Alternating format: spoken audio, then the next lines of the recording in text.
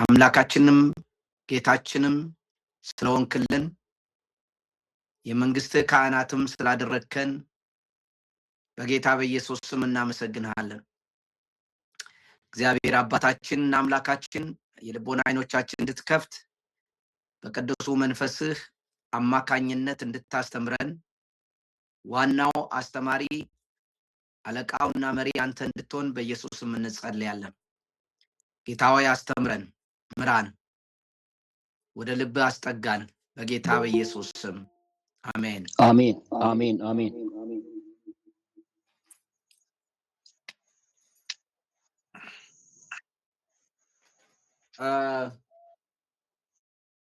ያው ዛሬ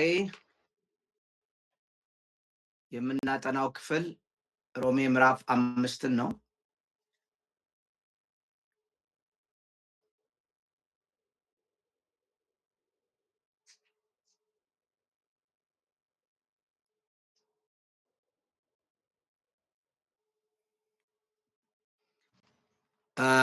ሮሜ ምዕራፍ 5 ከቁጥር 6 ጀምሮ ያለውን እናጠናለን። ከዛ በኋላ ያለው ደግሞ ከቁጥር 6 እስከ ከቁጥር 12 ጀምሮ ያለው ትንሽ ሰፋ ያለ ማብራሪያ የሚጠይቅ ስለሆነ ለብቻው እንይዘዋለን። ስለዚህ የመጀመሪያው ዛሬ የምናየው አንቀጽ ከቁጥር 6 እስከ 11 ያለውን ለማየት እንሞክራለን። ከቁጥር 12 እስከ 21 ያለው ብዙ ሌላው የዶክትሪን የሚቋቋምበት ወይም ብዙ ዶክትሪን የተጻፈበት ስለሆነ በጥንቃቄ ደግሞ እናጠናዋለን ማለት ነው። ነገር ግን ከምዕራፍ 5 ከቁጥር 1 እስከ 11 ያለውን እንደዚሁ በደንብ እናያለን። ብዙ በዚህ ጉዳይ ላይ በተለይ ስለ መጽደቅ ስለምናምን እነዚህ ጉዳዮች በሰፊው ስላጠናናቸው ብዙም ያስቸግሩን አይደሉም። ነገር ግን ከቁጥር 12 ጀምሮ ደግሞ ያለው በተወሰነ ደረጃ በጥንቃቄ ማየት ያለብን ነገሮች አሉ፣ አስተምሮች አሉ። ያንንም በትንታኔ በደንብ ማየት ያለብን ጉዳይ ነው፣ አዳምና ኢየሱስን በተመለከተ ማለት ነው። ስለዚህ ከባለፈው የቀጠለ ሮሜ ምዕራፍ 6 እስከ 11 እናነባለን። ገና ደካሞች ሳለን ክርስቶስ ዘመኑ ሲደርስ ስለ ኃጢአተኞች ሞቷልና፣ ስለ ጻድቅ የሚሞት በጭንቅ ይገኛልና፣ ስለ ቸር ሰው ግን ሊሞት እንኳ የሚደፍር ምናልባት ይገኝ ይሆናል። ነገር ግን ገና ኃጢአተኞች ሳለን ክርስቶስ ለኛ ሞቷልና እግዚአብሔር ለኛ ያለውን የራሱን ፍቅር ያስረዳል። ይልቁንስ እንግዲህ አሁን በደሙ ከጸደቅን በእርሱ ከቁጣው እንድናለን። ጠላቶች ሳለን ከእግዚአብሔር ጋር በልጁ ሞት ከታረቅን፣ ይልቁንም ከታረቅን በኋላ በሕይወቱ እንድናለን። ይህም ብቻ አይደለም፣ ነገር ግን አሁን መታረቁን ባገኘንበት በጌታችን በኢየሱስ ክርስቶስ በኩል በእግዚአብሔር ደግሞ እንመካለን ይላል። ስለዚህ የኛን ያለፈውና አሁን ያለንበትን ሁኔታ ወደፊት ደግሞ የሚሆነውንም ነገር የሚያብራራ ነው። የመጀመሪያ የምናገኘው ገና ደካሞች ሳለን ነው የሚለው። ገና ደካሞች ሳለን አንደኛ ገና የሚል ሐሳብ ነው የምታገኙት። ጊዜውን ነው የሚያመለክተው። ገና ነው ወይንም ደግሞ ገና አቅሙ ሳይደርስ እንላለን። እኛ ገና ልጆኜ እንላለን ስንናገር። በሌላ አባባል በልጅ ሁኔታ እንዳለው ወይም በዛ ሁኔታ ውስጥ እንዳለው የሚያመለክት የጊዜን ጉዳይ የሚያመለክት ነው። ገና ደካሞች የሚለው ሐሳብ ደግሞ አስቴኔዮን የሚል ቃል ነው በግሪኩ። ምንድነው የሚያሳየው? የጉልበትን የአቅምን ይሄ የፊዚካል አቅምን የሚናገር ቃልም ቢሆን ነገር ግን በዚህ ቦታ ላይ ጡንቻ የለንም አጥንትም ጡንቻም ጉልበትም የለንም ለማለት አይደለም። እዚህ ጋር የሚናገረው መንፈሳዊ ወይንም ደግሞ የባህሪ እና ድርጊትን የመፈጸም አቅም ማጣትን ነው። እንግዲህ ሰዎች ወደ ክርስቶስ ከመምጣታቸው በፊት ሁላችንም ወይም ዓለም በአጠቃላይ የሰው ልጅ አምላክ በሚፈልገው ነገር ህይወት ውስጥ ለመኖር አቅም የሌለው የባህሪ ድካም ያለበት እጅግ ሽባ የሆነ ማለት ነው። ለምንድነው ደካሞች የሆነው? ለምንድነው የሰው ልጅ በምድር ላይ ድንቅ የሆነ ባህሪ ለሰው ልጆች ሁሉ ማጎናጸፍ ያቃተው? ይመራመራል፣ ችግሮቹን ይፈታል፣ ሕክምና ዓለሙን ብታዩ በተቻለ መጠን የራሳችንን መንገድ ጥበብና ዕውቀት ተጠቅመን የሰው ልጆች አንዳንድ ችግሮችን ፈተናል። በተለያየ ቴክኖሎጂ ችግሮቻችንን ፈተናል። የትራንስፖርቱ፣ የኮምፒውተሩ፣ የሕክምናው፣ የኑሮ፣ የመኝታው፣ የልብሱ፣ የንግድ ዝውውራችንን ሁሉ በደንብ አድርገን ችግሮቻችንን እየፈታን ነው። እንደየ አለን ገንዘብ መጠን ያንን የመጠቀም አቅማችን ነው የሚወስነው። የሰው ልጅ ግን ከፍተኛ ችግሩ የሰው ልጆችን ባህሪ መቀየር አልቻለም። ሕገ መንግስት እናወጣለን፣ ፖሊሲ እናወጣለን፣ ስነ ምግባር እናስተምራለን። ነገር ግን ሄደን የሰው ልጅ መልካሙን ለማድረግ በፍጹም አቅም ሲያጣ እናያለን። ጥቂቶች የሉም ማለት አይደለም። ዛሬ ብናረግ ነገ አናረገውም። ኮንሲስተንሲ ወይም ጽኑ የሆነ ባህሪ የለንም። በዛ የተደበላለቀ ዥንጉርጉር የሆነ ባህሪ ነው ያለን የሰው ልጆች አጠቃላይ ነው ምላችሁ ከጌታ ውጭ ያለ። በምንድነው ደካሞች? እንግዲህ ድርጊትና ባህሪን በአንድነት የሚገልጽ ቃል ነው ይሄ። የሰው ልጅ ወደ ጸጋው ግዛት ከመዛወሩ በፊት የነበረበትን ቀጣይነት ያለ ሁኔታ ነው የሚያሳየው። ሮሜ ምዕራፍ 1 ከቁጥር 18 እስከ 32 ላይ ስንመለከት እግዚአብሔር ለሶስት ነገሮች አሳልፎ እንደሰጠን ይናገራል። አንደኛው ለልባችን ፍላጎትና ፍትወት አሳልፎ ሰጠን ይላል። ሁለተኛው ለምኞታችን አሳልፎ ሰጠን ይላል። ሶስተኛ ለማይረባ አእምሮ አሳልፎ ሰጠን ይላል።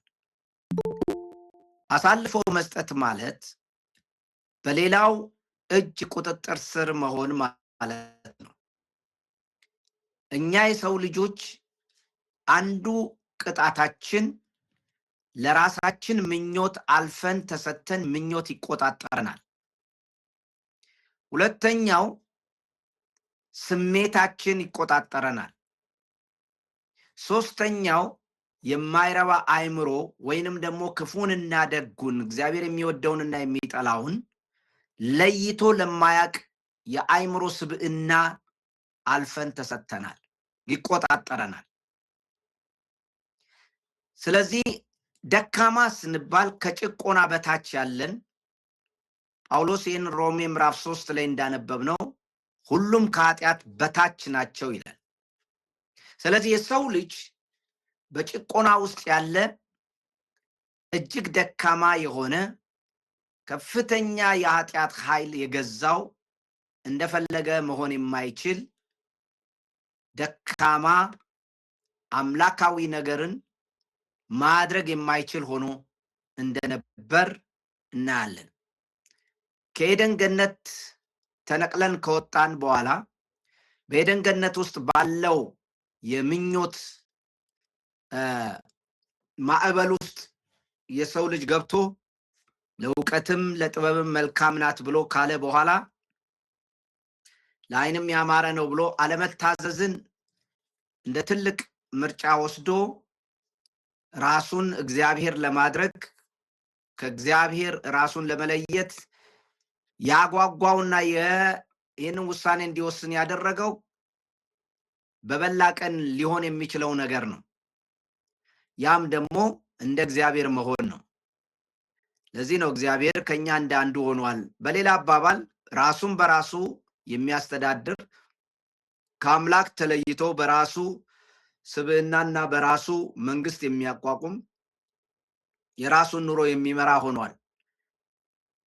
ለሌላ አልገዛም ለማለት። ነገር ግን ውሸት ነው ያ የሆነው። ምክንያቱም ለኃጢአትም ለዲያብሎስም መገዛት ጀመረ። የሰው ልጅ ከእግዚአብሔር ተለይቶ ከእግዚአብሔር መንግስት ተገንጥሎ ከወጣ ጊዜ ጀምሮ ኢንዲፔንደንት ሆኖ ከወጣ ጊዜ ጀምሮ በሌላ ተጽዕኖ ስር እንዳለ የሚያሳየን ነው።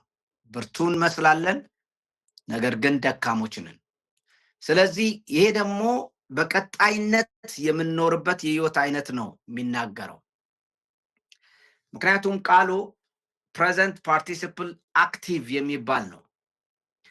የግሪኩ ቃል በሰዋሰው ይዘቱ አሁናዊ ተካፋይ ግስ ነው። በአማርኛችን ተካፋይ ግስ ተብሎ የሚጠራ ሊሆን ይችላል ይሄ። ምክንያቱም ድርጊትንና ባህሪን በአንድነት የሚገልጽ ስለሆነ ማለት ነው። አቅም ያለው ማን ነው? አንድ ሰው አቅም እንደሌለው የሚናገር ከመሆኑም ባሻገር ያለማቋረጥ በእንደዚህ አይነት ሂደት ውስጥ እንደነበረ የሚያሳይ ነው። በግሪኩ ሰዋሰው ስንመለከት ማለት ነው። ድርጊትንም ባህሪንም በአንድነት የሚገልጽ ቃል ነው። ያለማቋረጥ በዛ ውስጥ የሚኖር ነው። ስለዚህ የሰው ልጅ ደካማ ነበር ማለት ነው። ይህ ደካማነት ዝም ብሎ የአካል መዝለፍለፍ ሳይሆን የሰው ልጅ ራሱን ለማዳን ወይም ወደ እግዚአብሔር ቅድስና ለመቅረብ ያለውን ፍጹም አቅም ማጣት የሚገልጽ መንፈሳዊ ድቀት ነው። መንፈሳዊ ሽባነት ነው። የሰው ልጅ ወደ እግዚአብሔር በራሱ ለመመለስ እጅግ ከባድ ነው። ስለዚህ ይሄ ድክመት ምን አይነት ነው? ስነ ምግባራዊ ሽባነት ነው ማለት ነው። ጻድቅ ሆኖ ለመገኘት የሚያስፈልገውን መለኮታዊ መስፈርት ለማሟላት በፍጹም አይችልም። እሱ ብቻ አይደለም፣ እግዚአብሔርን ራሱ በኋላ እናያለን መፈለግ አይፈልግም። እግዚአብሔር ለሱ ጠላቱ ነው፣ ለሰው ልጅ።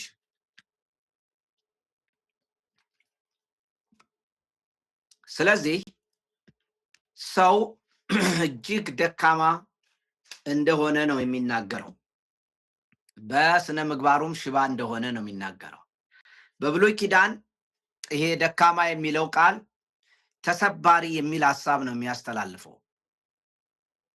አማኙ በእግዚአብሔር ፊት ያለውን ፍጹም ረዳት አልባነት ከዚህ በፊት ከክርስቶስ በፊት ረዳት አልባነት የነበረውበትን ደረጃ ነው የሚያሳየን ማለት ነው። ስለዚህ ደካሞች ሳለን ነው የሚለው። በዚህ ሁኔታ ውስጥ እያለን ነው የሚለው። መለኮታዊ ጊዜን ደግሞ ከዛ ይናገራል። ክርስቶስ ዘመኑ ሲደርስ ስለ ኃጢአተኞች ሞቷልና ይላል። ገና ደካሞች ሳለን ዘመኑ ሲደርስ ክርስቶስ ነው የሚለው። ዘመኑ የሚለው ቃል በግሪኩ ካይሮስ የሚል ቃል ነው። ሁለት ቃላቶች አሉ ጊዜን የሚናገሩ፣ ክሮኖስ እና ካይሮስ የሚል ነው። ክሮኖስ ማለት ጊዜ በእጃችን የምንይዘው ሰዓት ነው። 1 ሰዓት፣ 2 ሰዓት፣ 3 ሰዓት እያለን የምንቆጥረው ነው። ካይሮስ የሚለው ቃል ደግሞ ዘመንን ነው፣ ጊዜን ነው። ዘመኑ ሲደርስ ተብሎ ነው የተተረጎመው። እንግዲህ ይህ የታሪክ እጥፋትን ነው የሚናገረው። ዘመን ነው የሚናገረው ጊዜና ወቅትን ነው የሚናገረው ይሄ ዘመን ዝም ብሎ እግዚአብሔር በግብታዊነት አይደለም ልጁን የላከው በሚገባው ሰዓት በሚገባው አውድ በዛ በተገቢው ሁኔታ ውስጥ መምጣት ባለበት ሰዓት ነው ጌታችን ኢየሱስ ክርስቶስ ወደ ምድር የመጣው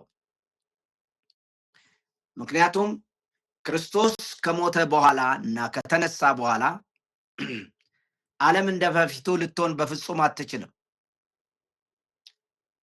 ከፍተኛ የሆነ የታሪክና የሰው ልጆች ማንነት ለውጥ የተካሄደበት ነው በሁለት የተከፈለበት ነው የሰው ልጅ በክርስቶስና ከክርስቶስ ውጭ ተብሎ የተከፈለበት የሰው ልጅ እግዚአብሔር ለሰው ልጅ የገባውን የተስፋ ቃል የፈጸመበት ዘመንና ተስፋ ተብሎ የሚባልበት በአንዳንድ ጊዜ ብሉይ ኪዳንና አዲስ ኪዳን ተብሎ የተከፈለበት የዘመን ጥፋት የታሪክ ጥፋት ከፍተኛ የሆነ አስደናቂ የሆነ የእግዚአብሔር ጣልቃ ገብነት የተፈጠረበት ነው ለዚህ ጌታችን ኢየሱስ ክርስቶስ ወደ ምድር ሲመጣ ዝም ብሎ የመጣበት ጊዜ አይደለም እንደው ዝም ብሎ አይደለም አሮጌው ዓለምን የሰበረበት እና በአዲሱ ዓለም ለመፍጠር የተጀመረበት ነው አዲሱን ፍጥረት የተጀመረበት ነው አዲሱ የእግዚአብሔር መንግስት ሥርዓት የተጀመረበት ነው ይሄ ዘመን አስደናቂ የሰው ልጅ ግለሰባዊ ኃጢያቱ ብቻ ሳይሆን በዓለም አጽናፈ ዓለም ውስጥ ጠቅላላ አጽናፋዊ ስራ ነው እግዚአብሔር የሰራው ወይም ዩኒቨርሳል የሆነ ዓለም በክርስቶስ ኢየሱስ ሞትና ትንሣኤ ከተፈጸመ ጊዜ ጀምሮ በምንም ተአምር ወደፊት ያለፈውን ልትሆን አትችልም ወይም እንደነበረች ልትኖር አትችልም ኢቭን ፍጥረት ጠቅላላ ወደፊት የሚቀየርበትን መሰረት ጥሎ አሁንም እየሰራ ያለበት ነው ስለዚህ ዘመኑ በዛ ዘመን የሰው ልጅ ሰላሙንም ያጣበት በምድር እንኳን ነቄሳር አውጉስቶስ ቄሳር እነሱ በሮም መንግስት ላይ ወይም ኢምፔሪያል ወርልድ የሮም ነበረ ንጉሰ ነገስታት ተብለው የእግዚአብሔር ማነው የህዝብ አዳኞች ተብለው መሲህ ተብለው ሲመለኩ የተወለዱበት ቀን ሁሉ ሲመሰገን ሲከበርላቸው የነበሩ ፓክስ ሮማና ወይም የሮም ሰላም ተብሎ ለሮም መዳን ሆነላት ተብሎ አዋጅ የታወጀበት ዘመን ነገር ግን ያ ሰላም ሊጸና ያልቻለበት ድነትም ያልመጣበት ዝም ብሎ አንድ ደካማ የሰውን ልጅ እንደ አምላክ ያዩበት ነገር ግን እስራኤላውያኖች ደግሞ መሲህ ይመጣል ያድነናል እያሉ የሚጠብቁበት ተስፋም የቆረጡበት ጊዜ ነበር ይህ ዓለም በታሪክ እንኳን በተጨባጭ ሁኔታ ደካማ የነበረበት ጊዜ ነበር በግል የባህሪ ድካም ብቻ ሳይሆን ሲስተሙ ሁሉ የሚለውን ተስፋ ያልሰጠበት ጊዜ ነው አሁን ያለንበት ዘመንም ከዚህ የተለየ አይደለም ዓለማዊው ማለት ነው ነገር ግን ጌታችን ኢየሱስ ክርስቶስ አሁን ያንን ዘመን ይህ ካይሮስ አሁን እኛ ያለንበት ዘመን ነው ዘመኑ ደረሰ ሲል እኛ ያለንበት ዘመን ነው አሁን የደረሰ ዘመን ነው ያለነው ዘመኑ ሲደርስ ይሄ ዘመን አሁን የትንሣኤ ዘመን ኢየሱስ ክርስቶስ ሞቶ የተነሳበት ዘመን እኛ የምንኖርበት ዘመን ነው ክርስቶስ ኢየሱስ ከሞት ተነስቶ በአብ ቀኝ ከተቀመጠበት ጊዜ ጀምሮ ዘመኑ ይሄ ዘመን አሁን ያለንበት the new creation የእግዚአብሔር የማዳን ታሪክ አስደናቂ ሁኔታ ላይ የደረሰበት ነው ስለዚህ የሰው ልጆች እጅግ ደካሞች በሆኑበት ሁኔታ ውስጥ ነው መድኃኒታችን ኢየሱስ ክርስቶስ ዘልቆ ወደ ምድር የመጣው እግዚአብሔር አሮጌውን ዓለም ሰብሮ ገብቷል። የሰው ልጅን ከኃጢአት ግዛት ነፃ ለማውጣት ለመንጠቅ በኃይል ታሪክን ጥሶ የገባበት ወቅት ነው። አሁን ያለንበት ይሄ ኢየሱስ ክርስቶስ የሚሰራበት ዘመኑ የደረሰለት ህዝብ ነው። ይሄ ዘመን የክርስቶስ ዘመን ነው። ሰዓቱ ደርሷል። ዘመኑ ደርሷል። ሁለተኛ ምጽአቱን የምንጠብቅ ሰዎች መጀመሪያ የኛውን ዘመን በደንብ ማጣጣም አለብን። እሱም የነጻነት ዘመን መጥቷል። እግዚአብሔር ሰብሮ በክርስቶስ ኢየሱስ ገብቷል። ስለዚህ የታሪክ መጋጠሚያ ይሆናል። የሮማውያን የሐሰት ሰላም በከሸፈበትና የሰው ልጅ ተስፋ በቆረጠበት ጫፍ ላይ የተገለጠ መለኮታዊ ስልታዊ ጸጋ ነው። ስለዚህ የሰው ልጅ ከኃጢአት ግዛት ነፃ የወጣበት ዘመኑ ደረሰ። መለኮታዊ አገላለጽ ነው። እግዚአብሔር የታሪክ ባለቤት መሆኑንና የድነትን ስራ በሉዓላዊ ውሳኔ በተቀጠረለት ሰዓት የሚሰራ መሆኑን የሚናገር ክፍል ነው።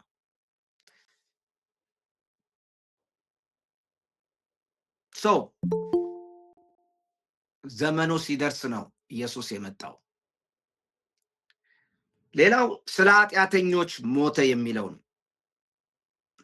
ደካማ ነበረ፣ አሁን ደግሞ ኃጢአተኞች የሚል ነው የተናገረው። ደካማ ደግሞ ኃጢአተኛ። ኃጢአተኞች አሴቦን የሚለው የግሪክ ቃል ነው የምናገኘው። አሴቦን ማለት ዝም ብሎ ሐማርቲያ ከሚለው ጋር የሚመሳሰል አይደለም። አሴቦን በሰዋሰው ይዘቱ ስም ሆኖ ትርጉሙ ለእግዚአብሔር የማይገዛ የፈጣሪን ቅድስና የሚንቅ አመፀኛ ማለት ነው።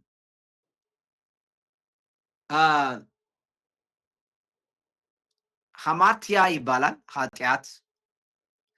ይሄኛው ግን አመፅ ነው የሚለው። አመፀኞች። ደካማ ሆኖ እንዴት ነው አመፀኛ የሚሆነው? አመፃችን ነው ድካም። ከባህሪያችን አመፀኞች ሆነናል ማለት ነው። አመፀኛ ማለት የማይታዘዝ፣ ሕግን የሚጥስ፣ የሚታወቀውን ሕግ የሚጥስ ነው። አልገዛም ባይነት ነው። የሚገርመው ሮሜ ምዕራፍ 1 ከቁጥር 18 እስከ 32 ላይ የሰው ልጅ ለራሱ ፈቃድ፣ ለራሱ ስሜት፣ ለራሱ ከንቱ አእምሮ እንዲገዛ ተደርጓል። ስለዚህ ለእግዚአብሔር መገዛት አይችልም፣ ተስኖታል ይላል። ስለዚህ ይህ መሳን መገዛት አለመቻል ብቻ አይደለም፣ በባህሪው ተበላሽቷል። የሰው ልጅ ምን ሆኗል? አመፀኛ ነው። አሴቦን የማይገዛ ሚንቅ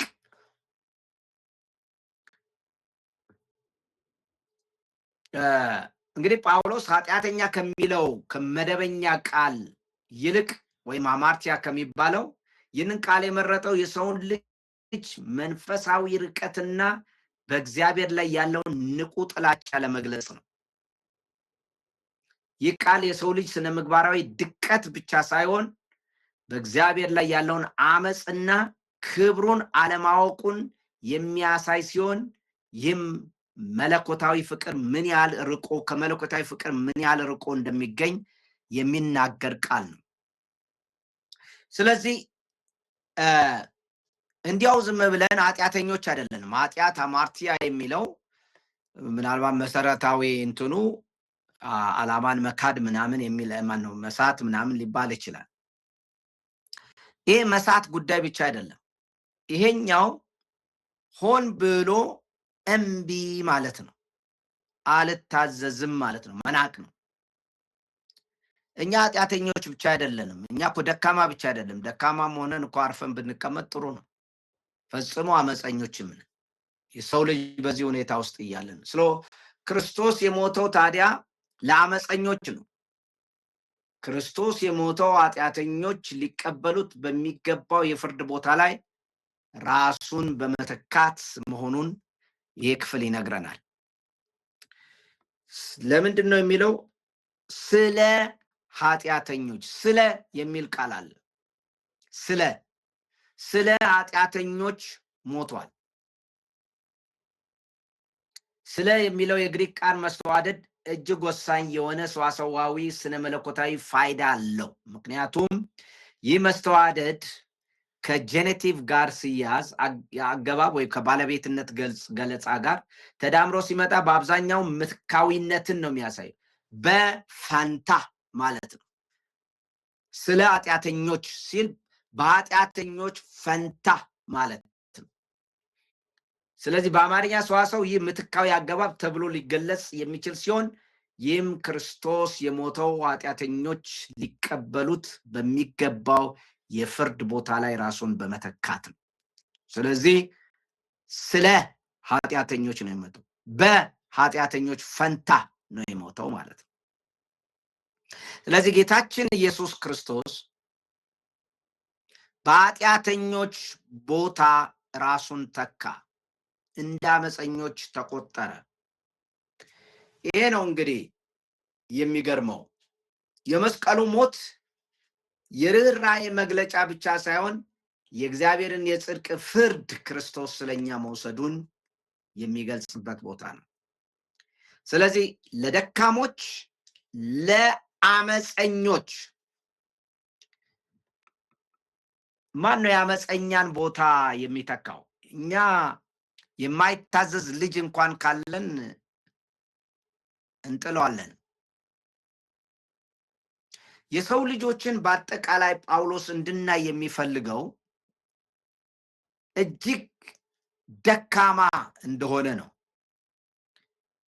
በራሱ ስሜት፣ በራሱ ምኞት፣ በራሱ የማይረባ አእምሮ ስር ቁጥጥር ስር የዋለ የኃጢአት ባሪያ የሆነ እንደሆነ አድርገን እንድናይ ይፈልጋል። በመጀመሪያ በዓለም ውስጥ የምናያቸው በአእምሮ ልቀት ከፍተኛ ደረጃ የደረሱ ተመራማሪዎች፣ ሳይንቲስቶች፣ የአገር መሪዎች፣ ወታደሮች፣ ጀግኖች የምንላቸው አንዱ አንዱን ገሎ ነው። አንዱ የራሱን ማህበረሰብ ለመጠበቅ ሲል ሊያደርግ የሚችለው መግደል ነው። ገና ከፍርሃት እንኳን ሳይቀር ከተማ ልናወድም እንነሳለን። ገና ለገና አሜሪካ እዛ ሀገር ያለውን መጥቶ ያጠቃኛል ብላ ታወድማለች። የሰው ልጅ ራሱን ለማውደም ጉልበት አለው። ራሱን ለማጥፋት፣ ባህሪውን ለማበላሸት ለአምላክ በሆነው መልካም ለሆነው ነገር ግን እጅግ ደካማ መሆኑን ማሰብ አለብን። የትኛውም ኃያል ነኝ ተመራማሪ ነኝ የሚለው በእግዚአብሔር ጉዳይ ላይ በመንፈሳዊ ወይም በባህሪና እግዚአብሔር በሚፈልገው ባህሪ እሱን ለማድረግ ፈጽሞ አቅም ያለው አይደለም። ስለዚህ ከዚህ አንጻር ካየነው አመፀኛ ሊገዛ የማይችል ደካማ ነው። ደግሞ በዚህ ውስጥ ርኅራኄ ብቻ አይደለም ጌታችን ኢየሱስ ክርስቶስ ያደረገው። ጌታችን ኢየሱስ ክርስቶስ ያደረገው የፍርድ ቦታ ነው የወሰደው። ስለ አመፀኞች ማለደ እንደሚለው ማለት ነው። ስለ አመፀኞች ሞተ። እንግዲህ እኛ አመፀኛን እንደ ክርስቲያን እንዴት ነው የምናየው? ይህንን ጥቅስ ካነበብን በኋላ አመፀኛን እንዴት ነው የምናየው የሚለው ነው። ለአመፀኛ ምን አይነት አመለካከት ነው ያለን? ደካማ ነው ብለን ነው የምንለው ወይስ ብርቱ ነው ብለን ነው የምንለው?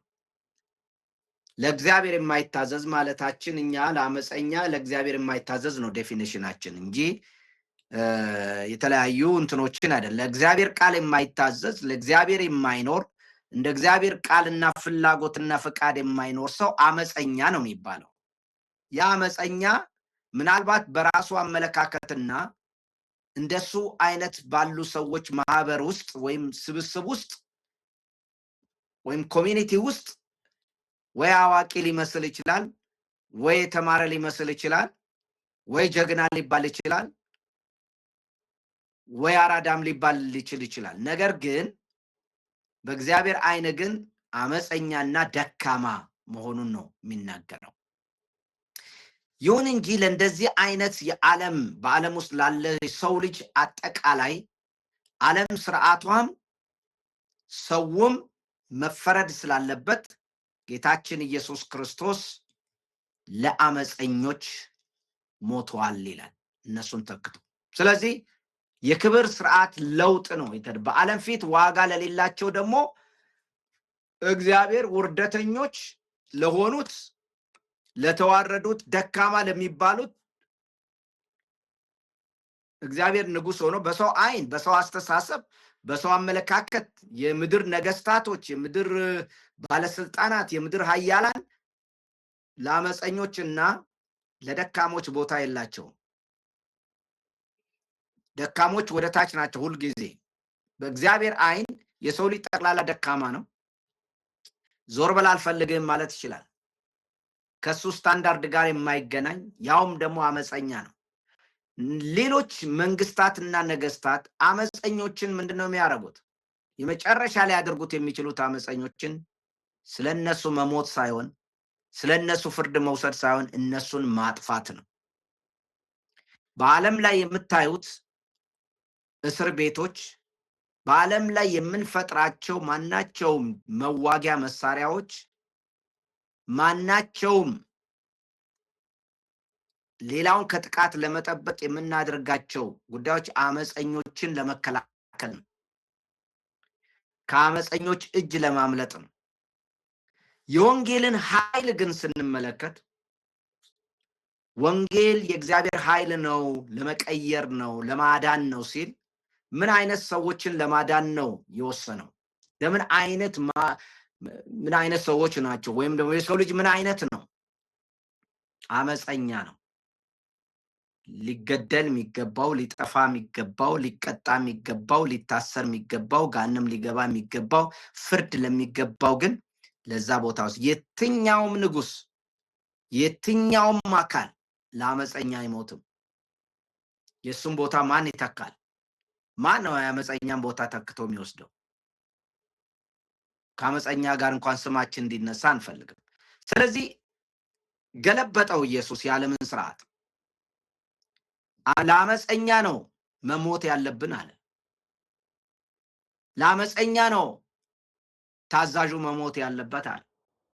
ይህ በፍጹም በዓለም አመለካከት የማይገጥም አብሮ የማይሄድ የአስተሳሰብ ስርዓት ነው። በሮሜ ምዕራፍ 5 ከቁጥር 1 እስከ 5 ስንመለከት በመከራችን ደስ ይለናል ይላል፣ እንመካለን ይላል። ምን አይነት አመለካከት ነው? ሰው እንዴት ነው በመከራው የሚኩራራው? መከራ እኮ እጓደዳለሁ፣ ኮራለሁ ይላል። በዓለም የተለየ አመለካከት ያለው ቢኖር ክርስቲያናዊ አመለካከት ነው። ምክንያቱም መለኮታዊ እይታ ነው ያለው ለሚደርስበት ለማንኛውም ነገር። የሰው ልጆችንም የሚያየው በዚህ አይን ነው። የሰው ልጆችን በጀጅመንት አይደለም ወይም በመፍረድ እይታ አይደለም የሚያየው። ስለ ሰው ልጆች ሌላ አገላለጽ አለው መጽሐፍ ቅዱስ። ደካማ ይለዋቸዋል፣ አመፀኞች ይላቸዋል፣ ነገር ግን ይሞትላቸዋል።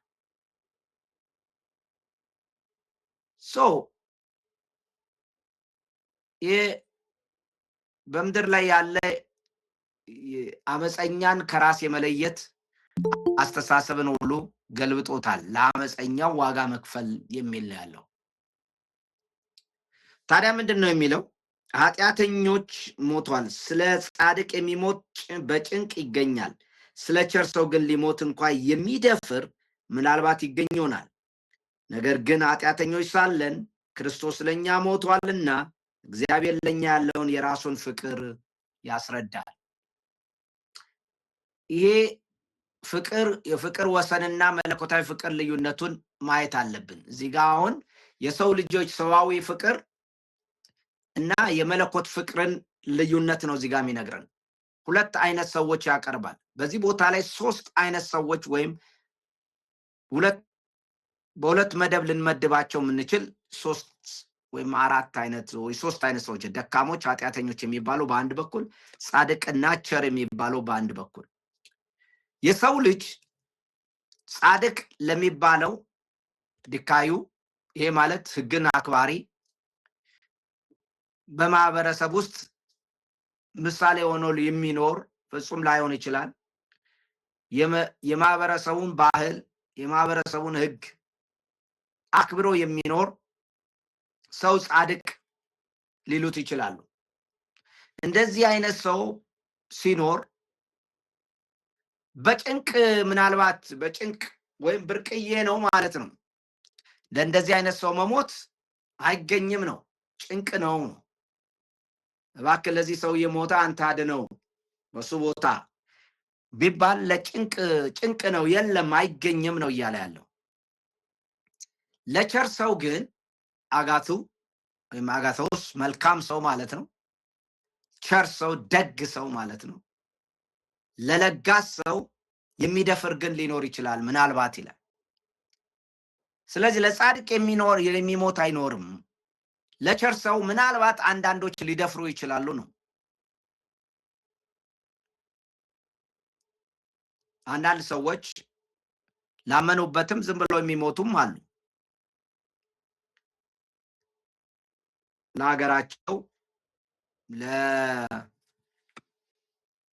ለሀገራቸው የሚሞቱ አሉ። ለጠባቂ ሆነው ለሌላውን ለማዳን ለመሪዎቻቸው የሚሞቱ አሉ። ራሳቸው የሚሰው አሉ። እነዛን መካዱ አይደለም። ነገር ግን በፍርድ ፊት ማለቱ ነው የሚገባውን ቅጣት መውሰድ አለበት ሲባል ነው። አሁን በወንጌላት ላይ ስናነብ ጌታችን ኢየሱስ ክርስቶስ አንዱ ሲመሰክርለት እኛስ በቅጣታችን ነው፣ እኛስ በወንጀላችን ነው እዚህ ቦታ ላይ የወጣ ነውና የሚገባንን ያገኘ ነው። ይሄ ሰው ጻድቅ ነው፣ ምንም ነገር አላደረገም ብሎ አንዱ ከጎኑ የተሰቀለው መሰከረለት። ኢየሱስ በዛ ሰዓት ለአመፀኞች ነበር የሚሞተው፣ ግን እንደ አመፀኞች ነው የተቆጠረው እያለ ያለው። አንዳንድ ሰዎች ሌላውን ለመከላከል ሌላውን እንዳይሞት እናት ለልጇ ምናልባት ራሷን ልትሰጥ ትችላለች። ነገር ግን እዚህ ቦታ ላይ ስለ ፍርድ ነው የሚናገረው እንጂ ስለ ሌላው የሚሞት ሰው የለም ለማለት አይደለም። ጳውሎስ በጭንቅ ይኖራል ነው የሚለው። ቸር ሰው የሚደፍር ሊኖራል ነው የሚለው። ለልጅም የሚደፍር ሊኖር ይችላል ነው። በሌላ አባባል ሰው መርጦ ሊሞት ይችላል። ሰው መርጦ ሌላውን ሊተካ ይችላል። ነገር ግን ለአመፀኛ የሚሞት አለ ወይ ነው ጥያቄው። አመፀኛ ለማይታዘዝ ለአመፀኛው የሚሞት አለ ወይ? የሚተካው አለ ወይ? ተክቶት እኔ ልሙትለት የሚል በፍጹም የለም ነው የሚለው። ስለዚህ የሰው ልጅ ፍቅር መርጦ ነው። የሰው ልጅ ፍቅር ፍቅሩን ከተቀባዩ ብቃት ጋር ያያይዛል። ፍቅሬ ይገባዋል ወይ ብሎ ይጠይቃል። በሌላ አባባል የኔ ፍቅር እኔ እንድሞትለት ዋጋ እንድከፍልለት ይገባዋል ወይ ሰውዬ ብሎ ነው የሚለው። የሰው ልጅ ሲወድም ምላሽ አይቶ ነው የሚወደው። ይወደኛል ወይ ብሎ ነው። ባህሪም አይቶ ነው። ጋብቻ እንኳን ህብረት እንኳን የምናረገው ባህሪ አይተን ነው። ለቸር ሰው እንደፍራለን ይላል። ለጻድቅ ሰው ሊገኝ ይችላል። ነገር ግን ለአመፀኛ በፍጹም የአመፀኛን ቦታ የሚወስድ የለም ነው የሚለው። ስለዚህ ምንድነው የሚያሳየን? እንግዲህ አሁን ወዴት ሊመጣ ነው ጳውሎስ? በመንፈስ ቅዱስ አማካኝነት የእግዚአብሔር ፍቅር በልባችን ስለፈሰሰ ይላል። ምን አይነት ፍቅር ነው እኛ ልባችን ውስጥስ የፈሰሰው የሚለው ደግሞ ሞዴሉ ይሄ አመፀኞችን የሚወድ ፍቅር ነው። ለአመፀኞች ራሱን የሚሰዋ ፍቅር ነው። ዋጋ የሚከፍል ፍቅር ነው። ስለዚህ እየመረጠ የሚወድ እየመረጠ የሰዎችን ተግባርና ባህሪ እያየ ለነሱ ዋጋ የሚከፍል ሳይሆን ለአመፀኞችና ደካሞች ሆነው ግን አመፀኞች ለሆኑ በዚህ ፐርስፔክቲቭ አመለካከቱ በተለወጠ አይምሮ መልካምን የሚያደርግ ነው። በሁለተኛ ደረጃ የምናየው ይህ የሰው ልጅ ማለት የእግዚአብሔር የፍቅር በልጁ በኢየሱስ ክርስቶስ የተገለጠው የእግዚአብሔር የሰውን ልጅ የመስዋዕትነት ወሰን ይጥሳል። እኛ መስዋዕት የምንከፍለው ለተወሰነ ነው ማለት ነው።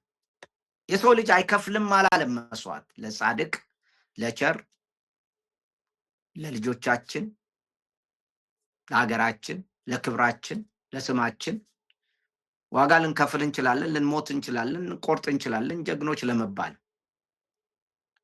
ከመሬት በላይ ስማችን ታሪካችንም እንዲቀመጥ እንፈልጋለን። ለአመፀኞች ግን እንዴት ነው የሚሞተው? እንዴት ነው ለአመፀኛ ሰው የሚሞተው? ስለዚህ ወሰን የለሽ ምርጫ የለሽ ፍቅር ነው የእግዚአብሔር። ግን ፍቅሩ ምን አይነት ነው ነው ጥያቄ።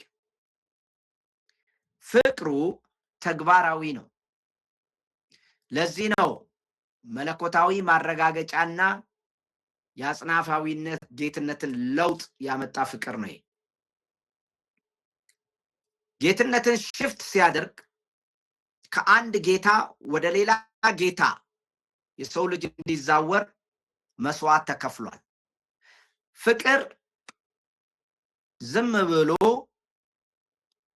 ሐሳብ አይደለም ወይም ስሜትም አይደለም። ፍቅር እዚህ ጋር መስዋዕታዊነትን ነው የሚናገረው። ለማይገባው መሞትን ነው። ለማይገባው መሞትን ወይም ዋጋ መክፈልን ነው። ስለዚህ ምን ይላል እዚህ ቦታ ላይ? ይልቁንስ ምን ይላል? ለእኛ ያለውን የራሱን ፍቅር ያስረዳል። ያስረዳል የሚለው ቃል ወሳኝ ቃል ነው። ምክንያቱም የፍርድ ቤት ቃል ነው። ያስረዳል።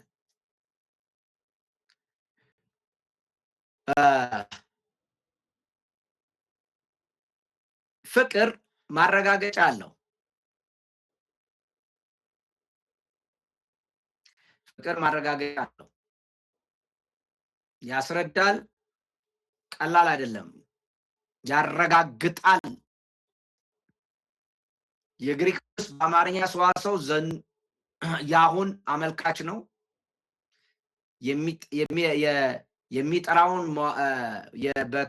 በተለይ የዚህ የአመልካች ግስ ወይም ፕሬዘንት ኢንዲኬቲቭ አክቲቭ የሚባል ነው። ያሁን ነው። አመልካች ነው። ንቁ ግስ ነው። ድርጊትን የሚገልጽ ነው። ሐዋርያው ጳውሎስ እዚህ ጋር ያለፈ ጊዜን ከመጠቀም ይልቅ አሁናዊ ጊዜን ነው የመረጠው።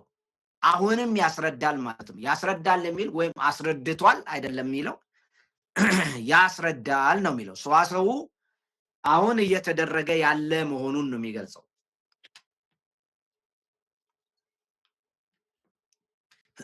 ጌታችን ኢየሱስ ክርስቶስ ምናልባት አሁን ከ2000 ምናምን ዓመት በፊት ሞቷል። ልክ ነው የድርጊት የተከናወነው። ነገር ግን የሱ ለኃጢአተኞችና ለአመፀኞች መሞት ከዚህ ግስ አንጻር ስንመለከተው ፕሬዘንት አሁን ነው፣ ኢንዲኬቲቭ ነው፣ አክቲቭ ነው። ያሁን ሆኖ አመልካች ቀጣይነት ያለው በየጊዜው ይህንን የሚያስረዳ መረጃ ነው። በእጃችን የተቀመጠ የማይጠወልግ የማይበሰብስ የማይጠፋ ማስረጃው እንደሚወደን አሁንም የወደደን እንዳለ አሁንም የሰው ልጆችን በመውደድ ላይ እያለ ነው። አሁንም ስሜቱ እንዳልተቀየረ ነው። ስለዚህ ይሄ ማስረጃ ነው። ይሄ ማስረጃ ሊካድ አይቻልም ነው።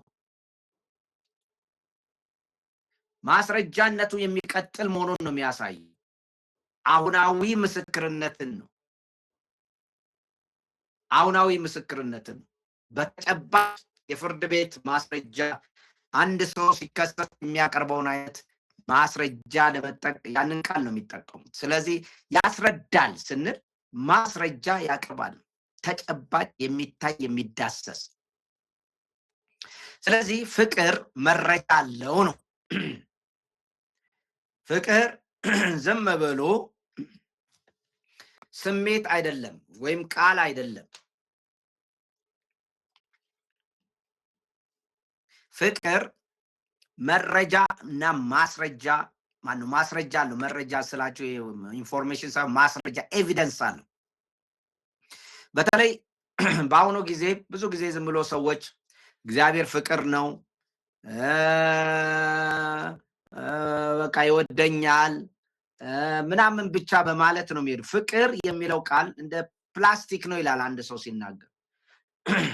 ፍቅር አንዱ ማሰብ ያለብን በድርጊትና በይዘት ካልተወሰነ በስተቀር ሰዎች ሊያስመስሉት የሚችሉት እንደሆነ ሮሜ ምዕራፍ 12 ከቁጥር 9 ላይ ይናገራል። 19 ላይ አይ ቲንክ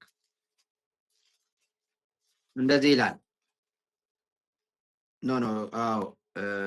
ቁጥር 9 ልክ ነህ። ፍቅራችሁ ያለ ግብዝነት ይሁን ይላል። ማስመሰል ማለት ዲሴፕቲቭ ማለት ማርቲን ሉተር ሲናገር በጣም አስቸጋሪ ነገር ቢኖር ፍቅር የሚባለው ነው ይላል። ምክንያቱም ሰዎች ያስመስሉታል ይላል። ነገር ግን የእግዚአብሔር ፍቅር በተግባር የሚታይ ነው። ፍቅር ስንል ስሜት አይደለም። አንድ ሰው ጥሩ ሰላምታ ስላልሰጣችሁ አይወዳችሁም ማለት አይደለም። ለጠላቱ የሚያደርገው ድርጊት ነው ሰውየው ፍቅሩ ምን አይነት እንደሆነ የሚታወቀው። ማጥፋት እየቻለ ክፋት ማድረግ እየቻለ ለጠላቱ መልካም ነገር ሲያደርግ ያ ነው ፍቅር የሚባል። ስለ ጠላቱ ያለው አመለካከት ሳይሆን ለጠላቱ የሚያደርገው ድርጊት ነው። ጌታችን እዚህ ቦታ ላይ አመፀኞች ናችሁ ሲል አመለካከቱን አልቀየረም። አይ አመፀኛ አይደላችሁም አላለም። አይ ጥሩ ሰዎች ናችሁ አላለም። አመፀኞች ናችሁ ነው ያለው። ደካሞች ናችሁ ነው ያለው። እንደውም እሱ ብቻ አይደለም፣ ጠላቶች ሆናችሁ ነው የሚለው። ደካማ፣ አመፀኛ፣ ጠላት ነው የሚለው። ይህንን ዴፊኔሽን እያወቀ ነው ፍቅር የሚያደርገው። ስለ ሰውየው ባህሪ እየከደነ መጥፎ ነው እያለ ጥሩ ነው እያለ ተገላቢጦች መናገር ማለት አይደለም። ፍቅር ከእውነት ጋር ደስ ይለዋል። ስለዚህ በዚህ ቦታ አይ እናንተ ኃጢአተኞች አይደላችሁም አላለም። አይ እናንተ አመፀኞች አይደላችሁም አላለም። አይ እናንተ ጠላቶች አይደላችሁም ብሎ ግብዝነት የለውም። ፍቅር አያስመስልም። ጠላት ኮንክ ጠላት ነው ይላል። አመፀኛ ኮንክ አመፀኛ ነው ይላል። ነገር ግን ክፉ ባንተ ላይ አላደርግም ነው የሚለው። ተቃራኒውን ምን ያደርጋል? መልካም ያደርጋል። ለዚህ ነው ፍቅር መልካምን ማድረግ ነው ይላል። ለዚህ ነው ሮሜ ምዕራፍ 12 ላይ በኋላ ስለ ፍቅር ስናጠና በጣም በሰፊው እናጠናለን። የሚገርመው እንግዲህ የእግዚአብሔር ፍቅር ለአመፀኛው፣ ለኃጢአተኛው፣ ለጠላቱ የፍርዱን ቦታ ወሰደ ነው። እንግዲህ ተስፋ እኛም አያሳፍርም። የእግዚአብሔር የራሱ ፍቅር በመንፈስ ቅዱስ አማካኝነት በልባችን ፈሰሰ ብሎ ነግሮናል። ማስታወቂያ ስለ ፍቅር ሲያስተዋውቀን ምዕራፍ 5 ላይ ይህ ፍቅር ደግሞ ምን ይመስላል ለሚለው በተግባር ነው። ጌታችን ኢየሱስ ክርስቶስ እኮ እያለቀሰ ነው የሞተው። የኔ ፈቃድ ሳይሆን ያንተ ፈቃድ ይሁን ማለት ነው ፍቅር። ፍቅር ትእዛዝ እንጂ ስሜት አይደለም። ሲሰማን አይምሯችን ደስ ሲለው ወይም ከኛ ጋር የሚስማሙትንና ከኛ ጋር የሚግባቡትን እኛ የምንለውን ነገር የሚያከብሩትን ለነሱ ብቻ መልካም ማድረግ ፍቅር አይደለም። እሱ ፍቅር ተቃራኒ ለሆነው መልካም የሚያደርግ ነው። ያ ነው። ስለዚህ የሕግ ምስክርነት ይሰጣል ፍቅር። ፍቅር ማስረጃ አለው፣ ወሬ አይደለም። የማይረሳ ማስረጃ አለው። ይልቁንም እንግዲህ እና መለኮታዊ አመክንዮን ስንመለከት እዚህ ጋር ከቁጥር 9 ላይ ይልቁንስ እንግዲህ አሁን ይላል በደሙ ከጸደቅን በእርሱ ከቁጣው እንድናለን ይላል። እግዚአብሔር እጅግ ጠላቶቹን ከባዱን ነገር ይቅር ካለ ጠላቶቹን ኃጢአተኞቹን ይቅር ብሎ ማነው ለነሱ ከሞተ ከጸደቀ በኋላ አሁን በእርሱ ከቁጣው እንግዲህ አሁን በደሙ ከጸደቅን በእርሱ ከቁጣው እንድናለን የሚለው የወደፊቱን ነገር የሚናገር ነው። በደሙ ነው የጸደቅነው። ደሙ ማለት የሚፈሰው ደም ማለት አይደለም።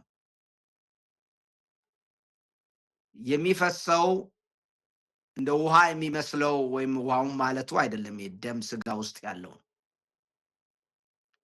ሞቱ ማለቱ ነው። ሞቱ ነው የኢየሱስ ክርስቶስ መስዋዕትነት ለማለት ነው። ነፍሱን አሳልፎ የሰጠበትን ነው የሚናገረው። እኛ የጸደቅነው መጽደቅ ማለት የኃጢአት ስርየት ብቻ እንዳይደለ በደጋግመን ተነጋግረናል። በኋላም እንመጣለን። ሮሜ ምዕራፍ 6 ላይ ከኃጢአቱ የሞተስ ከኃጢአቱ ጸድቋል ይላል። በኋላ እንመጣለን። መጽደቅ ማለት የኃጢአት ይቅርታ ብቻ አይደለም፣ እሷ አንድ ነገር ነች። መጽደቅ ነፃነትና መለወጥን ሁሉ ያካትታል። ስለዚህ እኛ በሞቱ ጠላት ከተባልንበት፣ ኃጢአተኛ ከተባልንበት፣ ደካማ ከተባልንበት ማንነት ወጥተን ሌላ ካታጎሪ ውስጥ ገባን። ጻድቃን ወደሚባለው ስማችን እዚህ ወዲያው ተቀየረ።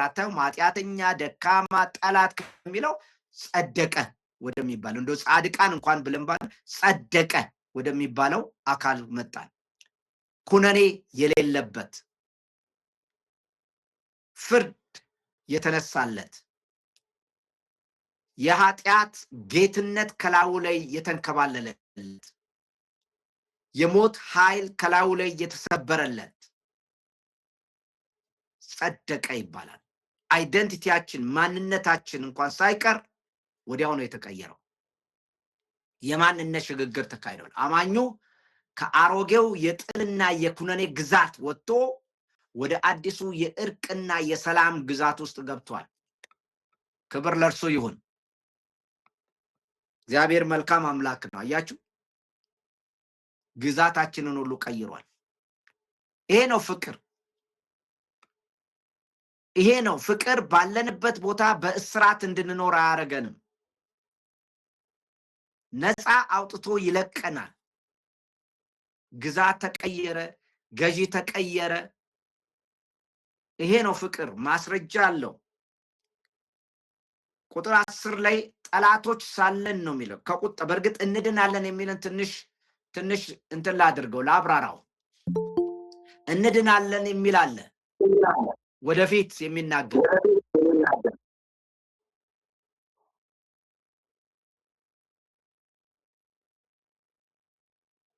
ስለዚህ ይህንን አለን የሚለው ቃል አንዳንዶች ባለፈው ስንናገር ድነናል፣ እየዳንን ነው፣ እንድናለን የሚል ሶስት ሐሳቦች እንዳሉ ተነጋግረናል። ስለ ድነት እንድናለን ማለት ተስፋን ነው የሚናገረው፣ ግን ማረጋገጫ ያለበት ተስፋ ነው። ምናልባት እንድናለን አላለም። አሁን ግን በእርሱ እንድናለን። እንግዲህ በደሙ ከጸደቅን በእርሱ ከቁጣው እንድናለን። የእግዚአብሔር ቁጣ አለ ማለት ነው ወደፊት። ነገር ግን የምንድነው በእርሱ ነው፣ በክርስቶስ ኢየሱስ ነው። በደሙ ጸድቀናል፣ ነፃ ወጥተናል፣ ኃጢአታችን ይቅርታ አግኝቷል፣ ከፍርድ ነፃ ወጥተናል። ከኃጢአት ጌትነትና ባርነት ከዛ ግዛቱ አውጥቶ ወደ ጸጋው መንግስት ውስጥ፣ ወደ ጸጋ ግዛት ውስጥ፣ ወደ ክርስቶስ ጌትነት ውስጥ አስገብቶናል። በዚህ ጌትነቱ ስር በመሆን በዚህ የጌትነቱ የበላይነቱን ለሱ በመገዛት ወደዚህ ሽግግር ውስጥ ገብተን እንድናለን። ቁጣው አያገኘንም። በማን? በእርሱ። በእርሱ መሆን ማለት ምን ማለት እንደሆነ ደግሞ በኋላ እናያለን ምዕራፍ 6 ላይ። ስለዚህ ድነናል፣ ልክ ነው ማለት ምን ማለት ነው? እንግዲህ የኃጢአት ይቅርታ አግኝተናል፣ ፍርድ ከኛ ላይ ተነስቷል። ዲያብሎስና የኃጢአት መንግስት፣ የሞት መንግስት በእኛ ላይ ስልጣን የለውም። ነፃ ወጥተናል። ይሄ ነው ጸድቀናል፣ ድነናል፣ እውነትም ነፃ ወጥተናል። ነገር ግን በእርሱ ደግሞ በየዕለቱ ትራንስፎርምድ እየሆነ እየተቀየርን እንሄዳለን። ከቁጣውም እንድናለን። አንድ ነገር እንድታስተውሉ የምፈልገው ሮሜ ምዕራፍ 5:6 ላይ ገና ደካሞች ብሎ ነው የሚጀምረው። ነገር ግን ይሄ ክፍል ሲጠናቀቅ የመጀመሪያው ሁለተኛው ክፍል ሮሜ 5፣ 6፣ 7፣ 8 ሲጠናቀቅ በወደደን በእርሱ ከአሸናፊዎች እንበልጣለን ብሎ ነው የሚጨርሰው። ደካማ ሆነን ሳለን ነው፣ ግን ደካማ ሆነን አይደለም የሚለቀን፣ አሸናፊዎች ሆነን ነው የምንወጣው ነው የሚለው። በወደደን በእርሱ እናሸንፋለን ማንኛውንም ነገር ይላል። ስለዚህ በእነዚህ በሁለት ማዕቀፍ ውስጥ ነው በድካም ከነበረ ግዛት ውስጥ ወጥተን ወደ አሸናፊነት ግዛት ውስጥ ነው የመገባ ነው። ስለዚህ በእርሱ ከአሸናፊዎች እንበልጣለን፣ በእርሱ ደግሞ ከቁጣው እንድናለን። ስለዚህ የጌታችን ማዕከልነት በሕይወታችን ይጀምራል ማለት ነው። የወደፊት ዋስትናችን ኢየሱስ ነው። ከቁጣ የሚያድነን አሁንም ኢየሱስ ነው። በእርሱ መኖርን ነው። በአዳም በኋላ እናየዋለን ምን ያህል ቁጣ እንዳመጣ። በእርሱ ግን ቁጣው ከኛ ተወግዷል። ስለዚህ የመለኮት ቁጣ የግል ስሜት ሳይሆን የአምላካዊ ፍርድ ነው። እንግዲህ በዚህ ጠላቶች ሳለን ከእግዚአብሔር ጋር በልጁ ሞት ከታረቅን ይላል። አሁን ጸደቅን ይላል፣ ታረቅን ይላል። እነዚህ ሁለት ነገሮች በደንብ መያዝ አለብን። መጽደቅ፣ ከኩነኔ ነፃ መውጣት፣ የኃጢአት ይቅርታ ማግኘት፣ ከግዛት ከኃጢአት ግዛት ከሞት ግዛት ነፃ መውጣት ሲያሳይ፣ መታረቅ ደግሞ ሪሌሽናል ነው። ጠላት ነበርን፣ ታረቅን ይላል። ጠላቶች የሚገርም ባህሪ ነው ጠላትነት። እንደው ዝም ብለን ደካማም አይደለንም፣ አመፀኞችም አይደለንም። ብቻ እንደው ጠላቶች ነን። ኢን ዘ ፈርስት ፕሌስ ለእግዚአብሔር በፍጹም እግዚአብሔርን የማንወድ ሰዎች ነን። የእግዚአብሔር ተቃራኒ ማለት ነው ጠላት። ተቃራኒ ነን፣ እጅግ ተቃራኒ ነን። የሰው ልጅ ከእግዚአብሔር ጋር የነበረውን ግንኙነት እጅግ በከረረና ግልጽ በሆነ ቋንቋ ነው ጳውሎስ የሚያስቀምጥ። ጠላቶች ሳለን ሲል የማያቋርጥ የጠላትነት ስሜት ከእግዚአብሔር ዓላማ ተጻራሪ፣ ከአዳም ውድቀት ጀምሮ አዳም ራሱ እግዚአብሔርን ጠላት ሆኖ ነው ከዛ ውስጥ የወጣው። አመፀኛው ነው። ተጻራሪ ነው የሰው ልጅ። አሁንም ባለው ዘመን ላይ ስትመለከቱ የእግዚአብሔር ነገርን በጠላትነት ነው ሰው የሚያየው።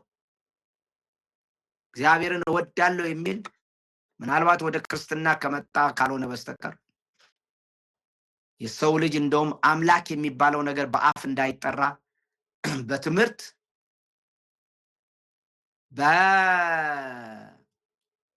በሰው ልጆች ባወጡት ኮንስቲቲዩሽን፣ በፍልስፍና፣ በማህበራዊ መብቶች ምናምን በሚል የአምላክ ስርዓትን የአምላክ እሴቶችን እግዚአብሔራዊ እሴቶችን ጠቅላላ ከዓለም መንጥሮ የማውጣት ነው ዘመቻው። ጥላቻው እስከ ጥግ ነው እግዚአብሔርን መጥላት።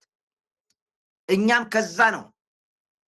ነገር ግን ከዚህ ስርዓት ውስጥ ከዚህ ከጥላቻ ስርዓት ውስጥ አዳም ከፈጠረበት አምላክን የመጥላት ስርዓት ውስጥ የመቃወም ስርዓት ውስጥ ወተን ወደ እሱ ስንመጣ እርቅ ነው የተካሄደው።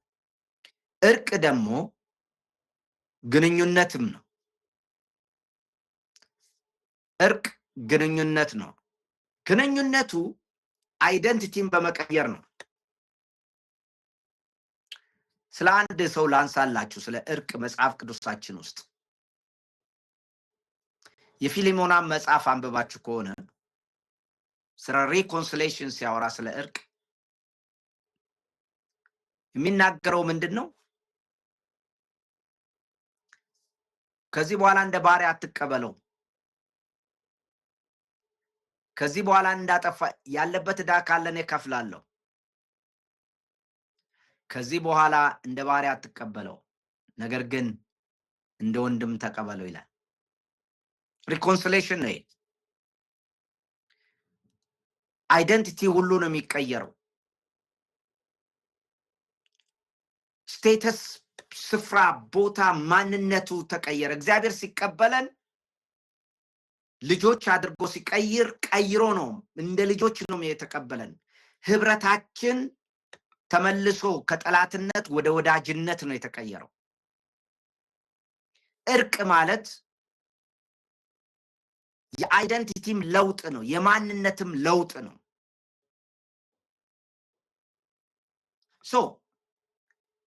እዚህ ቦታ ጠላቶች የነበርነውን የልጁን ፍቅር እግዚአብሔር የራሱን ፍቅር በመንፈስ ቅዱስ በልባችን አፈሰሰ ይላል። ሌሎችንም የምንወድበት እሱንም የምንወድበት። ነገር ግን ይህ እርቅ ሪሌሽንሺፕ ነው፣ ወዳጅነት ነው። ይሄ ወዳጅነት የሚገለጸው በመታዘዝ ነው። ምንድነው ጠላት ያደረገን? ጠላት ያደረገን አመጽ ነው፣ አለመታዘዝ ነው፣ ለእግዚአብሔር አለመኖር ነው። የሰው ልጅ ይሄ ነው ጠላት ያደረገው። በዚህ ቦታ ላይ የሰው ልጅ በዚህ ጠላት ከሆነ እኛ አሁን በክርስትና ውስጥ ያለን ሰዎች እግዚአብሔርን አንታዘዝም ብንል እግዚአብሔር የሚለንን የቃሉ የሚለንን የሚናገረንን የሚያስተምረንን ዘወትር የምንሰማውን ነገር አናደርግም ብንል ከጠላቶቹ በምን እንለያለን? እርቃችንን በገዛ እጃችን እያፈረስነው አይደለም ወይ? ለዚህ ነው ሰላምን እንያዝ የሚለው ከላይ። አንዳንዶቹ ሰላም አለን ብለው ይተረጉማሉ። አይሆንም ብያችኋለሁ። ምክንያቱም እሱ ሎጂክ ወይንም ደግሞ አመክንዮ ላይ ከላይ ፍሰቱን እንጠብቀው እንጂ ጸድቃችኋል ካለማ ሰላም አለን የሚለውን ነው መያዝ ያለብን ብለው ነው የሚተረጉሙት። አይደለም። ማስረጃ እንዳቀረብኩላችሁ የጥንት ቅጂዎች ኮዴክስ ሳናይቲከስ፣ ኮዴክስ አሌክሳንደር፣ ኮዴክስ ቫቲካንስ የሚባሉ የጥንት ቅጂዎች ውስጥ የሚናገረው ትእዛዝ ነው። ሰላምን እንያዝ፣ በሌላ አባባል እንታዘዝ ነው። ከእግዚአብሔር ጋር ያለን እርቅ ጠብቀን መሄድ አለብን። አይ አሁንም እንደፈለኩ እኔ እርቁን አፍርሼ ዛሬም አልታዘዝም፣ በጸጋው ነው የዳንኩት። እንግዲህ ጸጋ ትርጉም የለንም ማለት ነው። መታረቅ መጥቷል። ሪኮንሲሌሽን መጥቷል። ጦርነት አቁሟል። ጠላት እግዚአብሔር ጋር ጠላትነት አቁሟል። የጥል ግድግዳ ፈርሷል። ይሄ ነው ወንጌል። በእኛና በእግዚአብሔር መካከል ያለው አለመግባባት፣ አለመታዘዝ ፈርሶ ለሱ እንድንገዛ ሆኗል። ስለዚህ ጠላትነት አመፀኝነት ነው። ለእግዚአብሔር አለመታዘዝ ጠላትነት ነው። ይሄን ምንም ልናረገው አንችልም። እግዚአብሔር ካልታዘዝ ነው ጠላቱ ነው የምንሆነው። በኋላ ምዕራፍ 6 ላይ ያስረዳል ያንን። ብዙ ሰዎች ለመስቀሉ ጠላቶች ሆነው ይኖራሉ ይላል ጳውሎስ። ሆዳቸው አምላካቸው፣ ሐሳባቸው ምድራዊ ነው ይላል። አገራቸው ደግሞ እዚሁ ምድር ላይ ነው ይላል። እኛ ግን አገራችን ከሰማይ ነው። ከሰማይ የሚመጣውን እሱን እንጠብቃለን። ክርስቲያኖችን ነው የሚናገረው እንጂ ዓለማውያንን አይደለም። እዛ ቦታ ክርስቲያን ሆነን ጠላትነትን ልናስቀጥል እንችላለን። ስማችን ክርስቲያን ሆኖ ክርስትና የወንጌል ዋናው ዓላማ ጠላትነትን ማስቀረት ነው። ሮሜ ምዕራፍ 1 ከቁጥር 5 ላይ ስናነብ ጸጋ፣ ወንጌላዊነት፣ አገልጋይነት ወይም የእግዚአብሔር ቃልም የሚሰበከው የምንማረው ክርስቶስም የመጣበት ዓላማ የወንጌል ዋናው ዓላማ እምብርቱ ከእምነት የሚነሳ መታዘዝ እንዲገኝ ነው። ጠላትነት እንዲያቆም ነው። ጠላትነት በሰው ልጆችና በእግዚአብሔር መካከል እንዲያቆም ነው። የጽድቅ የጦር ዕቃዎች እንዲሆኑ ነው። ስለዚህ ታርቀናል ሲል በቃ ሰላም ሆኗል። እኛ ይሄ ማህበረሰብ የፈጠረውን እርቅ ነው የምናውቀው። እኛ የምናውቀው እንደ ሽማግሌ የሚቀርብ አሁን እርቅ ሲሆን የኛ እርቅ እኛ ጋር በተለይ በቃ አንተምተው አተምተው የአንዱን ጉድ ሸፍኖ የሌላውን ጉድም ሸፋፍኖ ወይም ሁለታችሁም አንተም ክፈል አንተም ክፈል ወይ ምናምን አድርጎ የሆነ ነገር በቃ ሽምግልናም ነው። ያ ካልቸር ነው እኛ ጭንቅላት ውስጥ ያለው ዋሽቶ ማስታረቅ የሚባል። ይሄ እንደዛ አይደለም። ይህ መታረቅ ማለት የጥል ግርግዳ ፈረሰ ማለት ነው። የጥል ግርግዳ ሲፈርስ ከኩያችን ጋር አይደለም የታረቅ ነው። እኛ የሰው ልጆች የእርስ በርስ እርቅ ከኩያቸው ጋር ነው። የኛ እርቅ ግን ከመለኮት ከፈጠረን ከኃያሉ እግዚአብሔር መጨፍለቅ፣ እንደገና መስራት፣ እንደገና ማጥፋት የሚችለውን አምላክ ከሱ ጋር ነው፣ ከልዑል እግዚአብሔር ጋር ነው የታረቅ ነው። ደካሞች ሆነን ከኃያሉ እግዚአብሔር ጋር ነው በልጁ በኩል የታረቅ ነው። ይህንን እርቅ እንድንጠብቅ ነው የሚናገረው ወንጌል። ስለዚህ ታርቃችኋል። ከታረቀ ጠላቶች ሳለን ከእግዚአብሔር ጋር በልጁ ሞት ከታረቀን፣ ይልቁንም ከታረቀን በኋላ በሕይወቱ ደግሞ እንድናለን። ትንሣኤው ሞቱ አስታርቆናል፣ መስዋዕትነት ከፍሏል። ነገር ግን ሕይወቱ ደግሞ በሕይወት መኖሩ ደግሞ እንደገና ከሚመጣው ቁጣ ያድነናል። ሞቱ አስታረቀን። ስለታረቀን ከእግዚአብሔር ጋር ጸጋ ሰጠ። እሱም ደግሞ የኃጢአትና በደላችንን ይቅር አለ። ከኃጢአትና ከሞት መንግስት ግዛት አገዛዝ ነፃ አወጣን። ነፃ አውጡ ብሎ ነፃ አወጣን። ከራሱ ጋር ህብረት አስጀመረን፣ አስታረቀን። ያንን ህብረት ለመበጠስ እኛ ማነን? ሰላማችንን መጠበቅ ያስፈልጋል። ስለዚህ አሁን ደግሞ በትንሣኤው በሕይወቱ ማለት በትንሣኤው ማለት ነው። በትንሣኤው ደግሞ በመኖሩ ማለት ትንሣኤው ምን እንደሆነ ሮሜ ምዕራፍ 6 በደንብ ያብራራል። በትንሣኤው እሱ ለእግዚአብሔር ይኖራል ነው የሚለው። ኑሮ ለእግዚአብሔር ማለት ነው ትንሣኤ። ትንሣኤን ስናነሳ መሞት ለኃጢአተኛ ነው። ትንሣኤ ግን ለእግዚአብሔር ነው። መኖር ነው፣ መታዘዝ ነው። በሕይወቱ ትንሣኤ ባይኖር መታዘዝ የሚባል ነገር የለም። ሞት ብቻ ቢሆን፣ መስቀል ብቻ ቢሆን፣ ፍርድን ተሸክሞ በቃ ቅጣት ተሸክሞ በዛው ቢቀር በቃ የሚባል ነገር ቢሆን የኛ ባህሪ አይቀየርም። በሕይወቱ ግን እናመልጣለን፣ እንድናለን። በየጊዜው ነፃ እንወጣለን፣ በየጊዜው እንድናለን።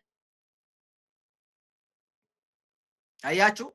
ስለዚህ በሕይወቱ እንድናለን፣ በሕይወቱ እንድናለን። በየዕለቱ እናመልጣለን ከዲያብሎስ እጅ። በየዕለቱ ከኃጢአት እናመልጣለን።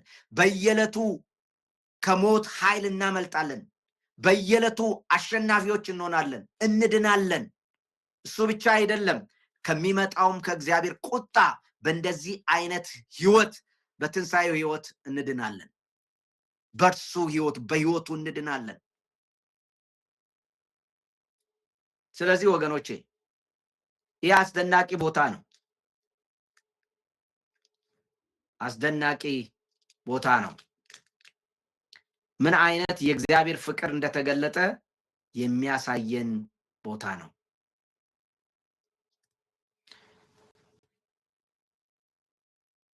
በእርሱ በኩል ነው የምንድነው። ሁልጊዜ ድልድይ ሆኖ ያድነናል። ጸጋ ማለት በእርሱ ነው። እሱ ብቻ አይደለም ይላል፣ መዳን ብቻ አይደለም፣ ነገር ግን አሁን መታረቁን ባገኘንበት ይላል። መታረቁን በጌታችን በኢየሱስ ክርስቶስ በኩል በእግዚአብሔር ደግሞ እንመካለን። ክብር ለእርሱ ይሁን። በመከራም እንመካለን፣ በእግዚአብሔርም እንመካለን ይላል። በእግዚአብሔር መመካት ማለት ምን ማለት ነው? በእግዚአብሔር መመካት ማለት ምን ማለት ነው?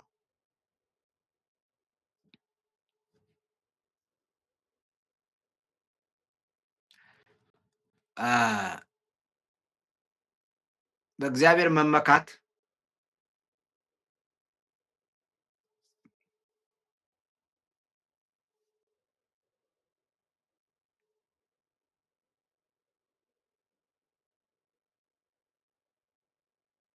እዚህ ጋር ትንሽ ልናገርና ልጨርስ። በእግዚአብሔር መመካት መደሰት ማለት አይደለም። ባገኘነው ድል ምክንያት የሚሰማን ከፍተኛ ኩራት ነው። ከፍተኛ ኩራት ወይም የድል አድራጊነት እልልታ ነው። እንግዲህ ቅድም እንዳልኳችሁ ደካሞች ይላል። መጨረሻ እዚህ ጋር ደግሞ አሁን የሚመኩ ይላል። ደካማነት አይደለም። ከደካማነት አሁን ወደ ድል አድራጊነት እልልታ ነው። ኤግዞልታንት ቦስቲንግ ነው የሚባለው። ይኩራራል፣ በቃ ይደሰታል፣ እልል ይላል። ከፍተኛ ኩራት ነው። ይህ ጳውሎስ የአይሁዶችን በእግዚአብሔር ብትመካ ብሎታል። ሮሜ ምዕራፍ 2 ላይ አሁን ኃጢአተኛ የተባለው አይሁድ ብቻ አይደለም በእግዚአብሔር የሚመካው። በእግዚአብሔር የሚመካው አሕዛብም፣ ደካማውም፣ ኃጢአተኛውም፣ ጣዖትን ሲያመልክ የነበረ የሚባለው ሁሉ አሁን በክርስቶስ ኢየሱስ እርቅ ያገኘ ሁሉ በእግዚአብሔር ይመካል። በእግዚአብሔር ይመካል። በራስ መመካት ሳይሆን የሚመካ በእግዚአብሔር ይመካ።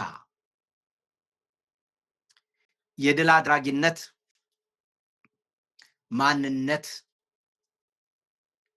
ነው እዚህ ጋር የሚነግረን። ከደካማነት ወደ ድል አድራጊነት ያሸጋግረናል። ይህ መመካት የመዳን እርግጠኝነትና የመጨረሻው ክብር ተስፋ በእግዚአብሔር እንዳለን እንመካለን።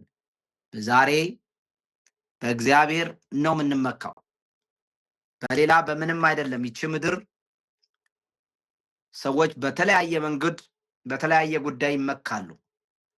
እኛ ወደ ክርስቶስ ኢየሱስ የመጣን ሰዎች ኃጢአትን፣ ዓለምን፣ ዲያብሎስን እነዚህን ሁሉ ከነዚህ ኃይላት ነጥቆ ያወጣን አሁንም ለነገ ቢሆን ህይወታችን ብንሆን ቅድስና ቢሆን የወደፊት ቢሆን የሚመጣ መከራ ቢሆን አሁንም የምንኮራውና ድል እናደርግበታለን፣ እናሸንፋለን ብለን የምንናገርበት ምክንያት እግዚአብሔር ራሱ ይሆናል ማለት ነው። በእግዚአብሔር እንመካለን፣ በራሳችን አይደለም። ስለዚህ እነዚህ ድርጊቶችን ስንመለከት በዚህ ሳጥን ውስጥ ያለፈ ጉዳያችን አለ። ያለፈ ጉዳያችን በክርስቶስ ሞት መታረቅና በደሙ መጽደቅ። ያማኙ ቁመና ምን ነበር? ገና ጠላቶች ሳለን ነው ይሄ የሆነው። አሁናዊ መታረቅን አግኝተናል። ስጦታችን እርቅ ሆኗል። ህይወትና ትንሣኤ መዳን ወደፊት ይመጣል። አሁንም በዚህ በትንሣኤ ህይወት ውስጥ እንኖራለን። ከሚመጣው ቁጣ እናመልጣለን። በእግዚአብሔር እንመካለን። አሁን ያለንበት ጠላትነት ቀርቷል። ታርቀናል፣ ጸድቀናል። በእግዚአብሔር እንመካለን። ትንሣኤ ህይወት ደግሞ ከቁጣው ያድነናል። የትንሣኤ ህይወት አለን። ሮሜ ምዕራፍ 6 7 8 ስለ ትንሣኤ ህይወት ይናገራል። በእርሱ በተነሳው አዳም ሞተ፣ ኢየሱስ ተነሳ። ሮሜ ምዕራፍ 12 እስከ 21 የምናየው የሞተና የተነሳ አዳም ሞተ፣ ኢየሱስ ግን ተነሳ። ለሞተው ሞተለት፣ ነገር ግን በኃጢአት አይደለም የሞተው፣ በፍቅር ሞተዋል። ስፍራውን የፍርድ ስፍራን ወስዶ በትንሣኤ ተነስቷል። በህይወቱ እንድናለን፣ ነገም እንድናለን፣ ዛሬም እንድናለን። እየዳንን ነው። ክብር ለእግዚአብሔር ይሁን። ጌታን እናመሰግናለን። ጥያቄ ካላችሁ ጨርሳለሁኝ ተቀብዬ።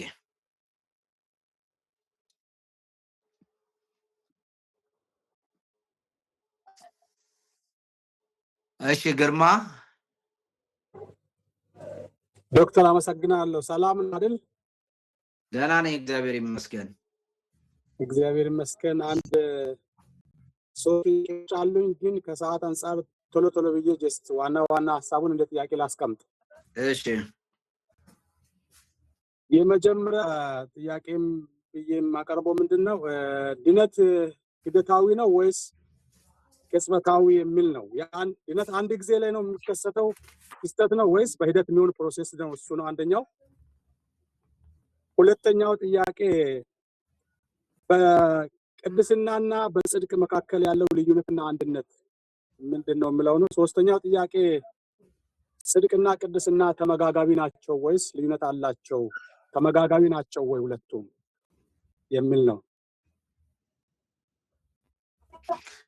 እሺ ይሄ ስለ መጽደቅ ስለ ጽድቅ ያለው ዶክትሪን ባለፈው የተለያዩ ሰዎችን አሳይቻቸዋለሁ። ስለ መጽደቅ ጀስቲፊኬሽን የሚለውን የተለያዩ አቋሞች እንዳሉ፣ ወዲያው እንጸድቃለን፣ ኢሚዲየት የሆነ ጽድቅ አለ የሚሉ አሉ። ሁሉም በኢሚዲየት ያምናል። መዳናችን ወይም መጽደቃችን ወዲያው ነው የሚለው የፍሪ ግሬስም የነ ሉተርም የከልቪንም የካቶሊክም እና የኒው ፐርስፔክቲቭ የሁሉም ያምንበታል። ግን ትርጉሙ በአንድ ነገር ላይ ብቻ የሚቆም አይደለም። ምክንያቱም ጽድቅ የሚለው ቃል ወይም መጽደቅ የሚለው ቃል እጅግ ባለጠጋ እንደሆነ፣ እጅግ የበለጸገ ቃል እንደሆነ በስነ መለኮቱ በሚያስተላልፈው መልእክት ጠባብ መልእክት አይደለም። የኃጢአት ይቅርታ ማለትም ብቻ አይደለም መጽደቅ። ስለዚህ ከዚህ አስተሳሰብ ሰፋ ያለን መልእክት የሚያስተላልፍ ከመሆኑ አንጻር አንድ ቃል ነው፣ ነገር ግን ሪች ነው በትርጉሙ ማለት ነው። ብሉይ ኪዳን ላይ እግዚአብሔር ጻድቅ ነው ስንል እንዳየነው፣ ጸደቅን ስንል ደግሞ ምን ማለት ነው? ጀስቲፋይድ ሆንን ምናምን። እንግሊዘኛው አስቸጋሪ ነው። ጀስቲፊኬሽን ምናምን የህግ ቋንቋ ነው የሚያመጣው። ነገር ግን ጽድቅ የሚለው ቃል የህግ ቋንቋ ብቻ አይደለም። በብሉይ ኪዳን ውስጥ ከአምላካዊ ባህሪ ጋር፣ ከመልካም ድርጊቶች ጋር እና ከፍትሃዊነት ጋር የተገናኘ። ስለዚህ ወደኛ ሲመጣ ጸድቃችኋል ስንባል ሮሜ 6 ላይም በኋላም ስንመለከት የኃጢአት ይቅርታ ብቻ አይደለም። ስለዚህ የስ ጀምሯል ድነታችን። አዎ ቅጽበታዊ ነው ድነታችን። ምን ማለታችን ግን? ድነትን ከኃጢአት ይቅርታ ጋር ብቻ ካያያዝ ነው አሁንም አጥብበነዋል። ድነት ኮምፕሬሄንሲቭ ነው፣ ወይም ደግሞ ሰፋ ያለ ግንዛቤ፣ ሰፋ ያለ መልእክት ያለው ነው እንጂ የኃጢአት ይቅርታ ብቻ አይደለም። ድነት ስንል ለምሳሌ የኃጢአት ይቅርታን ይጨምራል፣ ከፍርድ ነፃ መውጣትን ይጨምራል፣ ከኃጢአት ባርነት ነፃ መውጣትን ይጨምራል፣ እነዚህ ሁሉ እንግዲህ ጸደቅን ሲባል ነው በሌላ አባባል ማለት ነው። እንደገናም ደግሞ ህይወታችን ብቻ ሳይሆን አካላችን የልጁን ኢየሱስ ክርስቶስን ሞቶ የተነሳውን የልጁን ኢየሱስ ክርስቶስ አካል እስኪመስል ድረስ ትራንስፎርምድ ይቀየራል። እኛ ብቻ ሳንሆን ዓለምና ፍጥረት ሁሉ በአጠቃላይ ይቀየራል ነው የሚለው ሮሜ ምዕራፍ 8 ድረስ ስንሄድ። ስለዚህ ለጳውሎስ ድነት ሰፋ ያለ እግዚአብሔር የመጨረሻውን ፕላን ሁሉ የሚያጠቃልል እንጂ የአንድ ደቂቃ ጉዳይ አይደለም። አሁን አለው ሂደት ነው ስንል የአንድ ፋክተሪ ውስጥ ፕሮሰስ ማለታችን አይደለም። ለምሳሌ አንድ ሳሙና ለመስራት መጀመሪያ ፕሮሰስ ስንል በራሱ ቃሉ ጥንቃቄ ያስፈልገዋል። ፕሮሰስ ሲባል የፋብሪካ የሂደት የምናምን አይነት ባህሪ ነው። እኛና ለምሳሌ እንጀራ ሲጋገር ይፈጫል፣ መጀመሪያ ይዘራል፣ ጤፉ ከዛ ይታጨዳል፣ ከዛ በኋላ ይወቃል፣ ከዛ በኋላ ወደ ይበጠራል፣ ወደ ወፍጮ ቤት ይሄዳል፣ ከዛ ይቦካል፣ ከዛ በኋላ ይኮፍላል፣ ከዛ በኋላ ይጋገራል። እንደሱ አይደለም። እሱ አይነት ፕሮሰስ አይደለም እናወራው። አንድ ነገር ለመፍጠር የሚደረግ ፕሮሰስ አይደለም እናወራው። ሂደት አይደለም እናወራው። ድነናል፣ ትክክል ነው።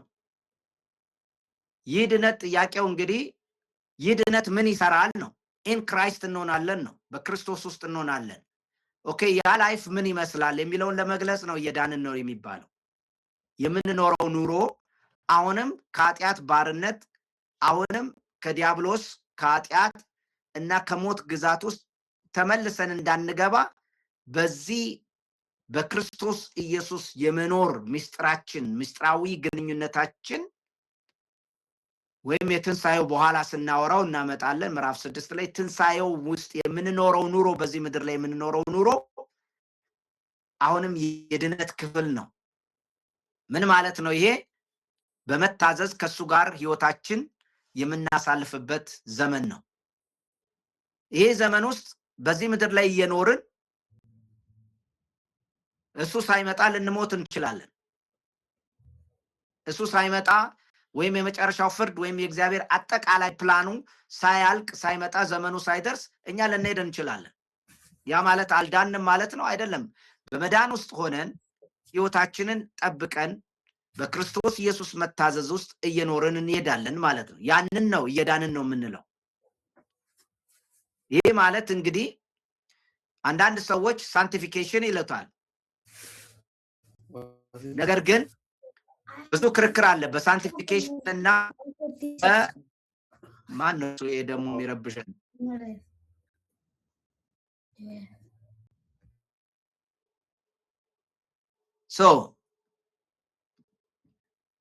ከፍተኛ ያለው ክርክር ምንድነው? ሪፎርሜሽን መካከል ያለውና በሌሎች መካከል ያለው ችግር ልዩነት ቅድስናንና መጽደቅን ይከፋፍሉታል፣ በደረጃ ያስቀምጡታል። ጸደቅን ከዛ በኋላ እንቀደሳለን የሚለው ሁለቱ ይለያያል ነው የሚሉት። ባለፈው በጣም ለማስረዳት ሞክሬያለሁ። አንዳንዶቹ ደግሞ አይደለም፣ ቅድስና የሚባለው ነገር ሌላ አይደለም፣ በድነት ውስጥ ያለ ነው፣ ጸደቅን በሚባለው ውስጥ ያለ ነው፣ የባህሪ ለውጥ ነው እንጂ ሰፐሬት አይደለም። መጽደቅ የተለየ ማነውና ከቅድስና ተገንጥሎ የወጣ አይደለም ብለው ነው የሚከራከሩት። ስለዚህ ሁለቱን መለያየት እምብዛም አሳማኝ አይደለም። ይሁን እንጂ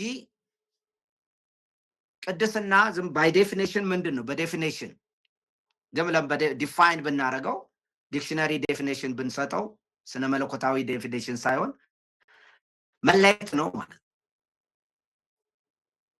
ሰፐሬት ማድረግ ነው። መቀደስ ማለት መለየት ነው። ብሉይ ኪዳን ላይ ዕቃም ቅዱስ ተብሏል። መቅደስ ቅዱስ ይባላል፣ ቅዱስ መቅደስ ይባላል፣ ቅዱስ ሰው ይባላል። የተለየ ብረትም እንትን መሬትም ቅዱስ ተብሏል፣ የተለየ ለማለት ነው። ግን ወደ መንፈሳዊው ነገር ሲመጣ ከሌላው ከኃጢአት ከአመፅ የተለየና ለቆ ይወጣል ለማለት ነው። እግዚአብሔር ስሙን ኢየሱስ እንላለን፣ ስም ይቀደስ እንላለን። እግዚአብሔር ኃጢአተኛ ሆኖ አይደለም። እግዚአብሔር ቅድስና ስለሚያስፈልገው አይደለም በእኛ ጸሎት የሚቀደሰው። ቅድስና ሲባል እግዚአብሔርን ከፍ ማድረግ የተለየ አምላክ እንደሆነ መናገር ማለት ነው። ከጣዖታት ከተለያዩ አምላኮች ከምድር ላይ ካሉ እሱ የተለየና የከበረ መሆኑን ባህሪው ምኑ ሁሉ የተለየ መሆኑን መንገራችን ማለካችን ነው። መላእክቶች ቅዱስ ቅዱስ ቅዱስ ነው፣ የተለየ ኃያል አምላክ ማለት ነው። እኛ ጽድቅ ግን ስናወራ ከባህሪ ጋር የተያያዘ ነው። ቅድስናም ከባህሪ ጋር የተያያዘ ነው። የተለየ ሌላው እግዚአብሔርን ከሌላው የሚለየው ባህሪያት ናቸው። ነገር ግን ቅድስና ከሌላ ጋር ሲነጻጸር ነው። ጽድቅ ግን ከአመፅ ጋር ነው የሚነጻጸረው፣ ከድርጊት ጋር ነው የሚነጻጸረው። ክፉ ደግ፣ ክፉ ከሆነ አመፅ ይባላል፣ ደግ ከሆነ ጽድቅ ይባላል። ኃጢአት፣ አመፅ በእነዚህ በሁለቱ ነው በባህሪ በድርጊት በሚገለጽ ባህሪ ነው የሚነጻጸረው። ቅድስና ግን ለየት የሚያደርገው የግድ ድርጊት የምታደርግ አይደለም። ለአንድ ነገር ግን ተለይተ መውጣትንም ሊናገር ይችላል። እኛ ክርስቲያኖች ጸድቀናል ስንል ኢሚዲየትሊ ወደ ቅድስና ዓለም ውስጥ እንድንገባ ተለይተናል ማለት ነው እንጂ በደሙ ከተቀደስን፣ በደሙ ከተነካን፣ በደሙ ከተለየን፣ ከታረቀን ከእግዚአብሔር ጋር ኢሚዲየትሊ ቅድስናው መጥቷል፣ ተለይተናል ማለት ነው። የእግዚአብሔር ማህበር ሆነናል፣ የእግዚአብሔር ክፍል ሆነናል፣ የክርስቶስ ብልት ሆነናል፣ ከክርስቶስ ጋር አንድ ሆነናል። ለዚህ ነው ካልቪን የሚለው ድነት በይም በኩል ነው የሚካሄደው ነው የሚለው። ሉተር ጸጋ ማነው ድነት ወይም ደግሞ ጽድቅ የሚሰጠን ነው ከኛ ውጭ ነው ሲል ይሆናል፣ ግን በይም በኩል ነው የሚሆነው ነው የሚለው። ካልቪን ሲጠይቅ ሚስጥራዊ ጥያቄ ነው የሚገባው። ምንድን ነው ያለው? እኛ በክርስቶስ ስንሆን ነው ያ ምንድነው ጽድቅ የሚባለው ኢምፒዩት የሚደረገው ያለው። ስለዚህ በሌላ አባባል ምን ማለት ነው? እኛ ከክርስቶስ ጋር ዩኒየን ስንፈጥር፣ አንድነት ስንፈጥር ነው ጻድቅ የምንባለው። ኢሚዲየትሊ እንለያለን፣ ኢሚዲየትሊ ደግሞ እንጸድቃለን። ስለዚህ በውስጣችን የሚሄደው ብዙ ሰዎች ችግር የሚገባቸው ኦኬ ለምን እሳደባለሁ፣ ለምን ይቀጥላል፣ ለምን እናደዳለሁ፣ ለምን ስሜቴ ውስጥ ይኖራል፣ ለምን እንደዚህ አይነት የኃጢአት እንትን በእኔ ውስጥ ይቀጥላል፣ በፍላጎት እግዚአብሔርን ለመታዘዝ ፍላጎት እያለኝ የሚለው ነው። ይሄ ኢንዲቪጁዋል ከግለሰብ ወደ ግለሰብ ይለያያል። ከግለሰብ ልምምድ ተነስተን ዶክትሪን አናወጣም። ነገር ግን መጽሐፍ ቅዱስ በክርስቶስ ኢየሱስ የሆነው ነገር ምንድን ነው የሚለውን ነው ማየት ያለብን። የእያንዳንዱ የግለሰብ ኤክስፒሪየንስ ይለያያል እንደ ሰዎቹ ከእግዚአብሔር ጋር ያላቸው ግንኙነት ነው። ስለዚህ ነገር ግን መጽሐፍ ቅዱሳችን ስለ ቅድስናና ጽድቅ የተያይዘው አብረው የሚሄዱ እንጂ በጊዜም ቢሆን በሰዓትም ቢሆን በባህሪም በተወሰነ ደረጃ ሊለያዩ ይችላሉ በባህሪ። ነገር ግን በጊዜ የሚለያዩ እንዳልሆነ ነው መጽሐፍ ቅዱስ የሚናገረው። ምክንያቱም ጽድቅም ቢሆን በየዕለቱ እያደረግነው የምንኖር ነው፣ መለየትም ቢሆን በየጊዜው የምንኖረው ኑሮ እንደሆነ በትእዛዝ መልክ ተቀደሱ እያለ ይናገራል። እሱ ነው። ሌላው ምን ነበረ ግርማ? ረሳሁት። ሁለተኛው ምን ነበረ? በጽድቅና በመጽደቅና በመቀደስ መካከል ያለው ልዩነትና አንድነት አይ ቲንክ የተናገርኩ መስል መነካካት ብቻ ሳይሆን መልሻለሁ ብዬ ነው ማሰቡ። በሁለቱም መካከል ልዩነት በሌለው አቋም ውስጥ ነው ያለሁት። በሌላ አባባል አንድ ሰው ሲጸድቅ ቅድስናውን ወይም መለየቱ፣ ቅድስና ዲፋይን ስናደርግ መለየት ነው። አንድ ሰው መልካም ነገር ሲያደርግ፣ አንድ ሰው በባህሪው ትክክለኛውን ኑሮ መኖር ሲጀምር ወይም ሲኖር ጽድቅ ነው የሚባለው፣ ድርጊት ነው ጽድቅ። መቀደስ ግን መለየት ነው።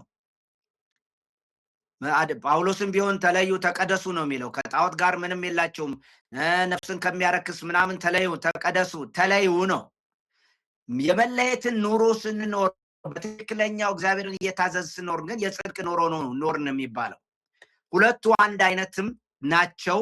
ነገር ግን ጽድቅ ድርጊትንና መታዘዝን መኖርን ሲያሳይ፣ ቅድስና ግን መለየትን ነው የሚያሳየው ነው በዋና በቁረጠው አለ ማለት ነው።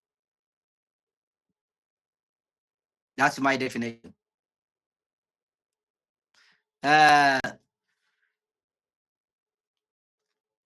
እናመሰግናለን። ይሄን በሰፊው ገና እናወራለን። ባለፈውም አንስቻለሁ ስለ መቀደስ ማነው ስለ ጽድቅ እንደገናም አነሳለሁ፣ ወይም መጽሐፉን እንደገና ታነባላችሁ። በመጽሐፉ ላይም አለ። ስለዚህ መጽሐፉ እየደረሰ መሰለኝ የሆነ አንድ ከኔ የሚቀር ነገር አለ፣ እሱን አሰጣለሁ። ከዛ ውጪ መጽሐፉ በሰፊው ያብራራል። የምታገኙት መጽሐፍ እሱን ካነበባችሁ በኋላም ልትጠይቁኝ ትችላላችሁ። እንጸልይ። እግዚአብሔር አባታችን ሆይ እናመሰግናለን። ክብርና ምስጋና ለአንተ ይሁን። አሜን አሜን።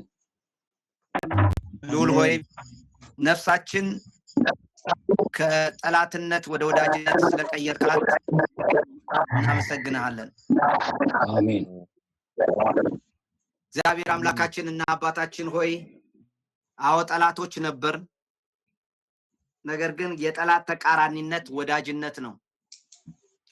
ከዛ ውጭ መሀል ሰፋሪነት የለም። ወዳጆች ከሆንን ደግሞ እንደ ክርስቶስ ኢየሱስ እንታዘዝሃለን። የታረቀን ከሆንን እርቃችንን ጠብቀን እንድንሄድ እግዚአብሔር ሆይ ለራሳችን የሚመቸንን እየመረጥን ሳይሆን እግዚአብሔር አባታችን ሆይ ያዘዝከንን ሁሉ ለማድረግ የፈቀደ አይምሮና ልብ እግዚአብሔር አባት ሆይ እንድትፈጥርልን እንለምንሃለን። አሜን። አንተ የአዲሱን ፍጥረት ባህሪ ልታላብሰን፣ የአዲሱን ማንነት ልታላብሰን፣ ካሮጌው ማንነት ነፃ ስላወጣህን እጅግ አድርገን እናመሰግናለን። አሜን። እርቅን የቀመሰ ካንተ ጋር ህብረት የጀመረ ካንተ ጋር አብሮ መኖርን ባንተ ውስጥ መሆንን የለመደ ኃጢአት ይሸክከዋል እንጂ ኃጢአትን ስላደረገ ዶክትሪን አውጥቶ ሊያመቻች አይፈቅድም። እግዚአብሔር አባታችንና አምላካችን ሆይ ምክንያት የመፈለግ የሰው ልጅ ባህሪ ነውና ከአዳም ጀምሮ ምክንያት መስጠት ላጠፋነው ጥፋት ለምናደርጋቸው አለመታዘዞች ሁሉ የዶክትሪን ምክንያቶች፣ የትርጉም ምክንያቶች እያመጣን ጠላትነትን ባንተና በእኛ መካከል ለማስቀጠል የምናካሄደውን እግዚአብሔር አባት ሆይ ደካማ የማይጠቅም የናከውን ህይወት እግዚአብሔር ሆይ እንደገና እንዲሄድ ድልድይ ለመፍጠር እግዚአብሔር አባት ሆይ የምናደርጋቸው የሰው ልጆች በየቤተ ክርስቲያኑ በየቦታው በየዶክትሪኑ በተለያየ ቦታ የገባውን እግዚአብሔር አባት ሆይ ልቦናችንን በብርሃን ሞልተ በመንፈስ ሞልተ እንድናያቸው በኢየሱስ ስም እንጸልያለን። እግዚአብሔር አባታችን ሆይ አዎ ጠላቶች ነበርን፣ አዎ አመፀኞች ነበርን። ያ ፓስት ነው፣ አለፈ። ነገር ግን ጸደቅን፣ ታረቅን፣ በአንተ ደግሞ እንመካለን። ስለዚህ የዘላለም አምላክ እግዚአብሔር እነዚህ ወንድሞቼና እህቶቼ እኔም ጭምር ዛሬ የሰበኩትና ያስተማርኩት በጌታ በኢየሱስ ክርስቶስም በዚህ ስታንዳርድ እንድንኖር አቤቱ ብቁ የሆነው የኢየሱስ ክርስቶስ ትንሣኤ ህይወትህ እንዲያድነን እንለምንሃለን። ህይወትህ በውስጣችን እንዲገባ እንለምንሃለን። የራሳችን ህይወት ከአዳም የወሰድነው፣ ከሰው የተቀበልነው፣ ከዓለም የወሰድናቸው፣ ከባህላችን የወሰድናቸው እግዚአብሔር አባት ሆይ አይምሯችን ውስጥ ተሰግስገው ሰርጸው ተቀምጠው ምሽግ ሆነው የሚሰሩና የሚከራከሩን እግዚአብሔር አባታችን ሆይ የምናሸንፍበትን ኃያል የሆነው የትንሣኤው ህይወት በነፍሳችን በአይምሯችን ውስጥ እንዲገባ እንለምንሃለን። ቅዱሱ መንፈስ እግዚአብሔር አባቴ ሆይ የእግዚአብሔርን ፍቅር በነፍሳችን ውስጥ አፍስሷልና ያ የፈሰሰው ፍቅር ጌታ ሆይ በፍጹም ነፍሳችን፣ በፍጹም ኃይላችን፣ በፍጹም ልባችን፣ በፍጹም ማንነታችን፣ በሙሉ ማንነታችን እንድንወድህ እንድንታዘዝህ እንዲያደርገን እንለምንሃለን። እግዚአብሔር ሆይ አንተስ እኛስ ፍቅር ያለውን እንድንወድ ነው የታዘዝነው። አንተ ግን አመፀኛውን ለአመፀኛው ነው ፍቅርን የገለጽከው። ለአመፀኛ ፍቅር የፍቅር ማስረጃ አለ። እኛ ግን ፍቅር ከሚፈስበት የፍቅር ምንጭ ከሆነው በተግባሩ በምግባሩ ፍቅር የሆነውን እግዚአብሔርን እንድንወደው የተጠራን ሰዎች ስለሆንን አባታችን እግዚአብሔር ሆይ እናመሰግንሃለን። አንተን እንድንወድ መታዘዛችን ድንቅ ነው። እግዚአብሔር አባት ሆይ እናመሰግንሃለን። በዚህ እንድንኖር እርዳን። ነፍሳችን አንተን በማምለክ ላንተ በመኖር ትርካ።